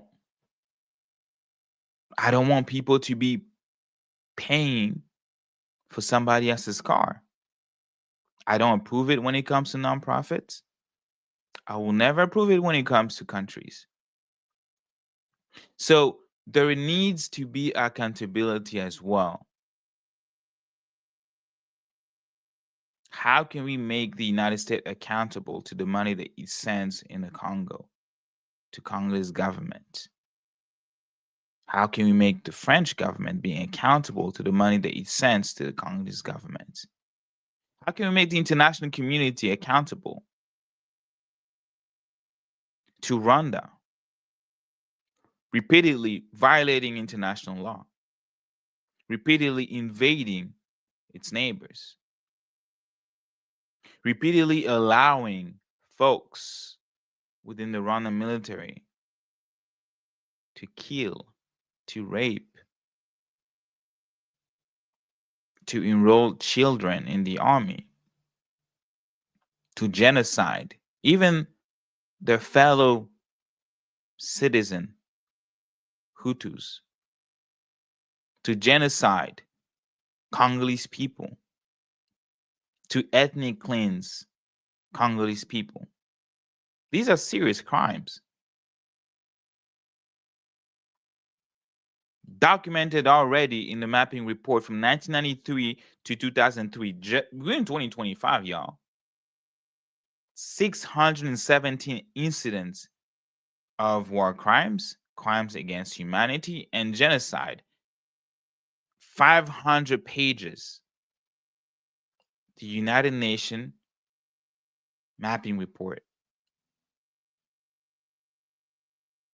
15 years ago on October 1st, that document was published. So we already have the groundwork done.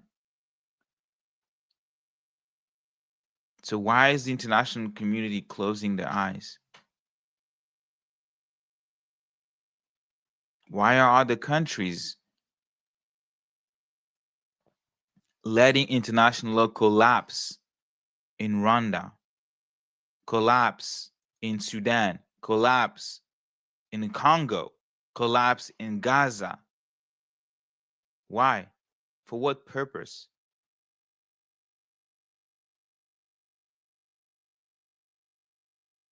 What purpose does it serve to have a world where there is no law, where only the strongest get to dictate what's going on?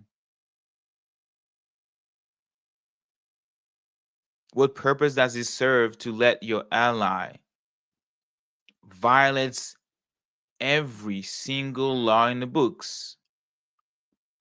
For what purpose?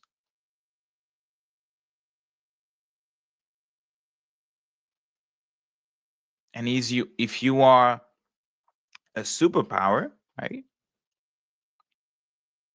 How would you hold your fellow superpower country, right, accountable? I think that's why they created the United Nations in the first place, and then they gave to every single one of them their veto powers. China, France, the UK, America, and Russia. Because they were like, hey, we want, the World War II. We were allies. They were all allies.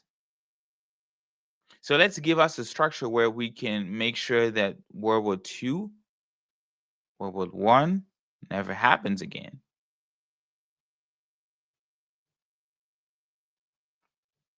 We're gonna draft set of laws. We're gonna put it in writing, put it in a book, article per article, and make sure that no matter who you are as a country, that you abide by international law. But what purpose does it serve if we get rid of those laws without any balance? What purpose does it serve if we deprived the United Nations from its mission, its power? We undermine the United Nations, whose highest court, the International Court of Justice, has the authority to trial, indict, and convict countries.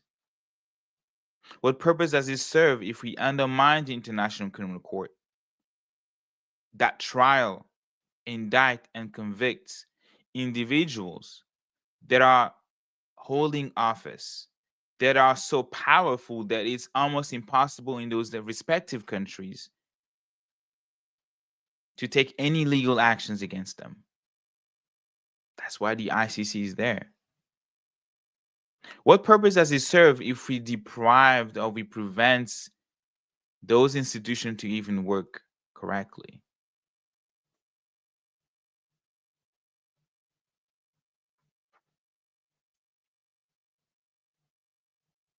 So we definitely need a balance. We definitely need law, but law that will be respected by all. Everybody must obey the law, right?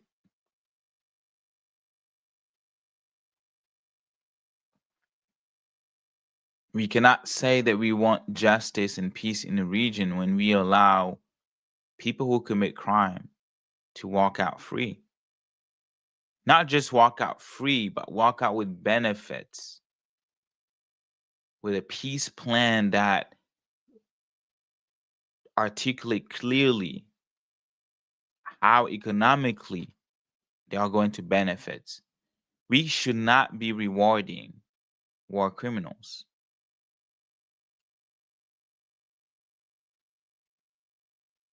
We should not be rewarding states and countries that violates international law. We should not be rewarding Rwanda. We shouldn't. That's not the way to have peace.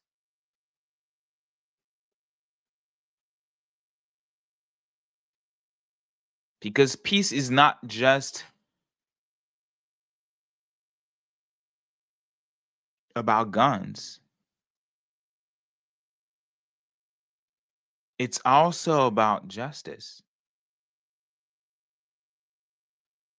It is the presence of justice, first and foremost. So when we have organizations like the NBA co-signing on partnerships and sponsorships with the states that has been funding terror, documented terror in the Congo,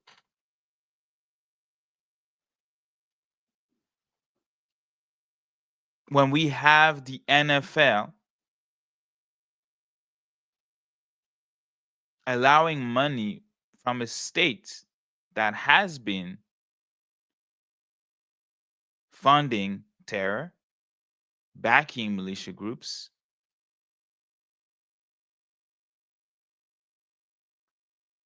when we allow our celebrities performing in those countries, we're sending a clear message that the law does not matter, that international law does not matter, that justice does not matter.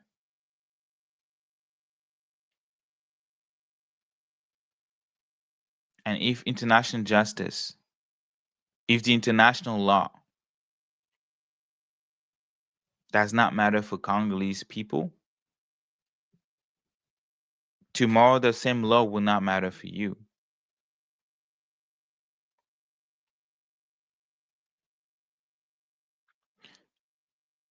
So this was a very interesting live, a very interesting educational conversation with Professor Filip Reyntjens. Appreciate his wisdom, his knowledge. But may this be a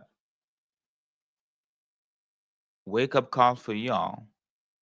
Next time that you see something happening,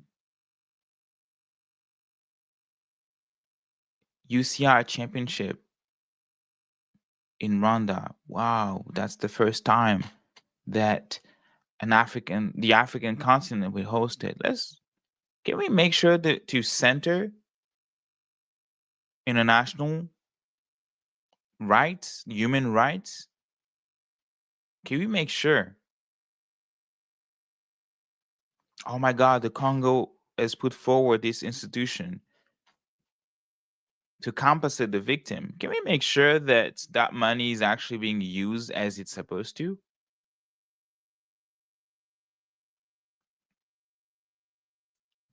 Oh my God, President Trump ended the war in the Congo. Can we make sure that that's actually true?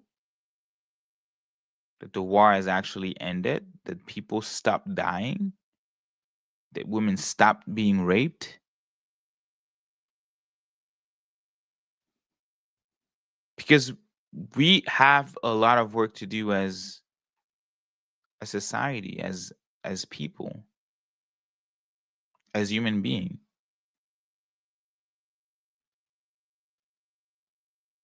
We have a lot of work to do in terms of deconstructing the lies.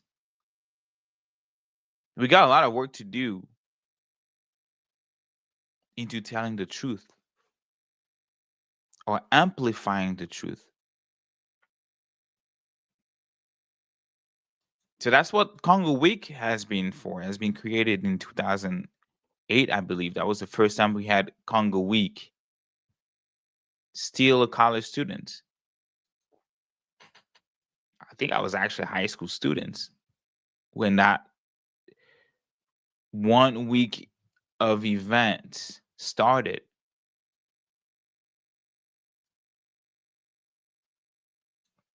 (2008). And you might ask yourself, why? Why is there a Congo Week?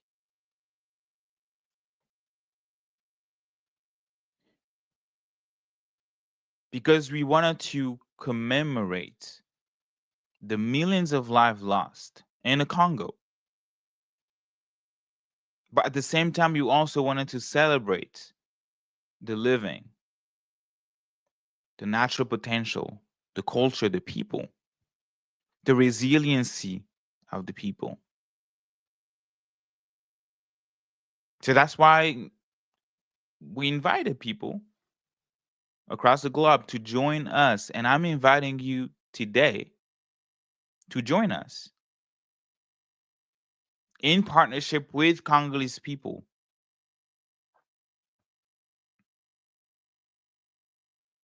Many ways that you can help.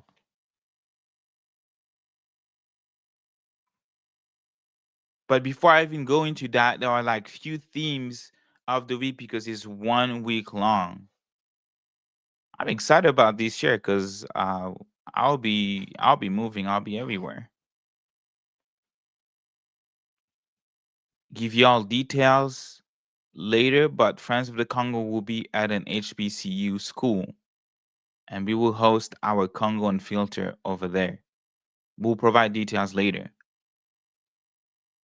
Very excited for that. Very excited to continue to bridge between the Western world in the US, where I am right now, and the Congo, the cradle of humanity, le berceau de l'humanité. So Congo Week starts on a Sunday. And this year, I believe Sunday will land on the 19th, on 19th, if I'm not mistaken. On the 19th? Yes, 19th. It starts on the 19th of October, so this month, all the way to the 25th. So it started on Sunday with a prayer or vigil and events during which we will call for peace in the Congo, in all faiths, no matter what religion you have right now. And if you don't believe in anything, if you're not practicing any religion, that's fine. You can organize a vigil where you are, wherever you are. On Monday, we start with the history of the Congo with Leopold II, because things must be said about Leopold II, used to facilitate the plunder of the Congo.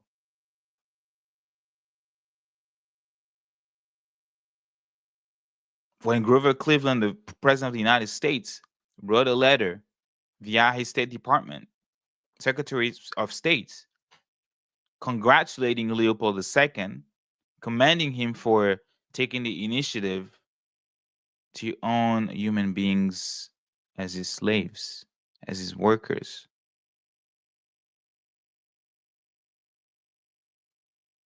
That was the very first time that a Western country leader acknowledged Leopold II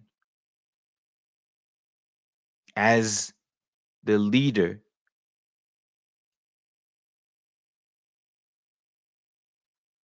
of a country he never put his foot in. So there is that responsibility from the US perspective as American citizen to recognize that, and how can we correct it? Because there are activists, American activists, back then, many of them wrote to the government, George Washington Williams. So Monday is about that history.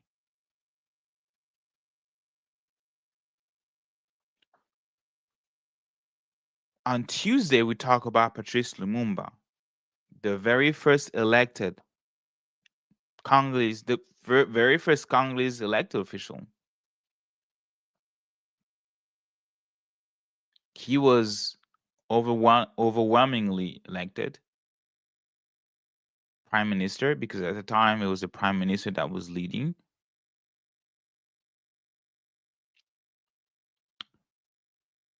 And the West didn't like it. So they assassinated him. These are in now the classified report that you can read, or documents that you can read from the CIA. How Patrice Lumumba, the very first leader, democratically elected leader of the Congo, they came with colonialism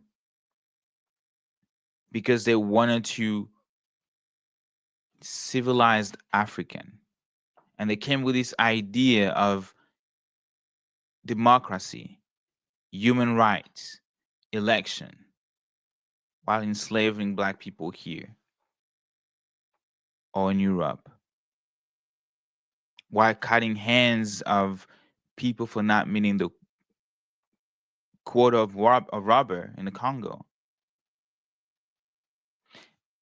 And when the Congolese people were able to digest this idea of democracy, when they were able in 1960 to hold or organize their elections, during which everybody who was Congolese, including women, participated, in the contrary of countries like France or the US, when you read in the history, the very first election that they had, some people were excluded.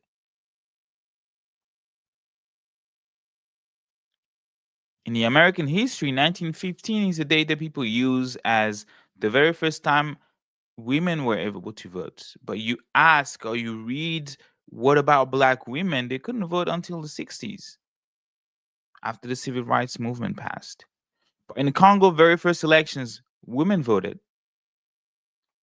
All Congolese of all age at the right age to voted, and they elected Patrice Lumumba. But that was not enough for the West. What did they do? They killed him. They arrested him. They killed him. Yes, it's a Black person who pulled the trigger. But I invite you all to watch the movie, for example, Lumumba by Raoul Peck. That will give you details on, like, yes, it's the Black person who pulled the trigger, but who engineered it. That's Tuesday, y'all.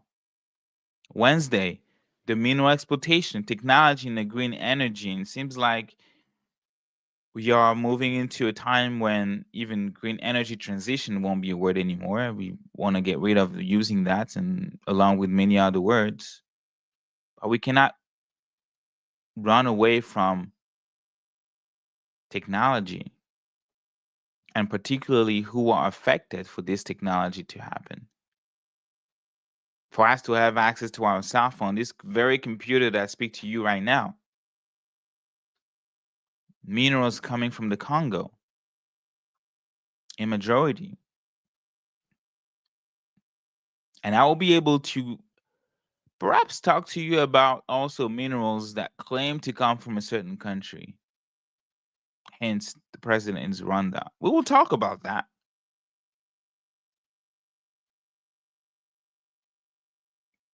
So, in that line of thoughts, I encourage y'all to support the Basanja Coalition's effort to literally rescue children from Kobol's mine. There was actually a movie done by Pet9, and we're gonna have stuff available for y'all to pick from, like movies to watch regarding that, and also books. So really check out the website. I think the barcodes should be able to lead you right there. And on Thursdays, Women in Congolese Society, the role of women in pursuit of free Congo.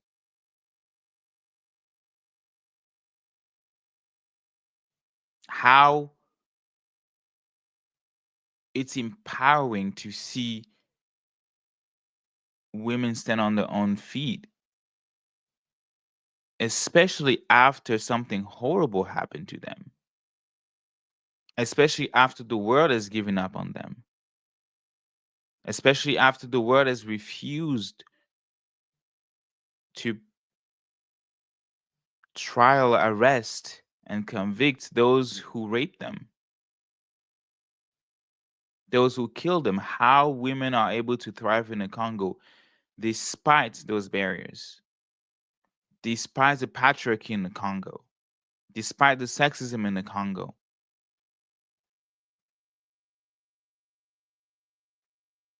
And Friends of the Congo has worked or has been working with women organizations. Synergie des Femmes. We have invited them so many times, this year alone, to meet with congressmen and congresswomen, to speak about, to provide the perspective while drafting what was presented to us on June 27th as a peace accord. And on Friday, it's a free and liberated Congo theme. How can we realize as a collective, as a community, Congo's enormous human potential?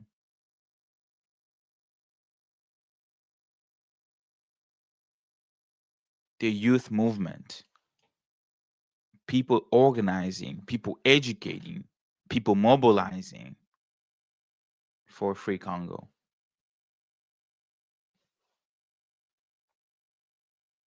Movie that we propose, that we're suggesting, Back to Kinshasa, The Fight for Democracy in the DRC, and many other readings for you.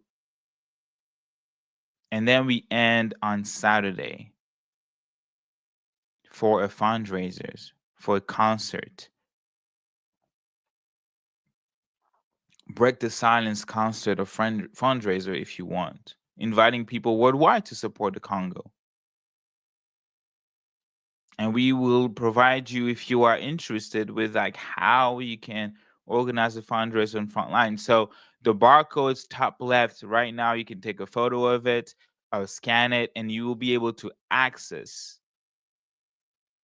to our database, congoweek.org, and how you can help, how you can help us as we are educating the mass, as we are mobilizing.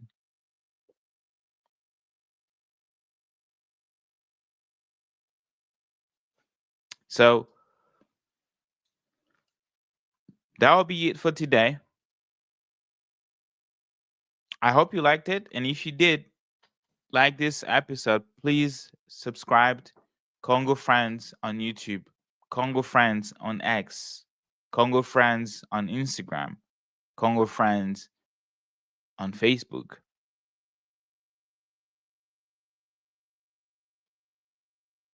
It's always a pleasure to have a conversation with y'all, to speak to those who are commenting. I see your comments. We try to put them out there, out here as we can, or I try. So thank you for believing in amplifying Congolese voice.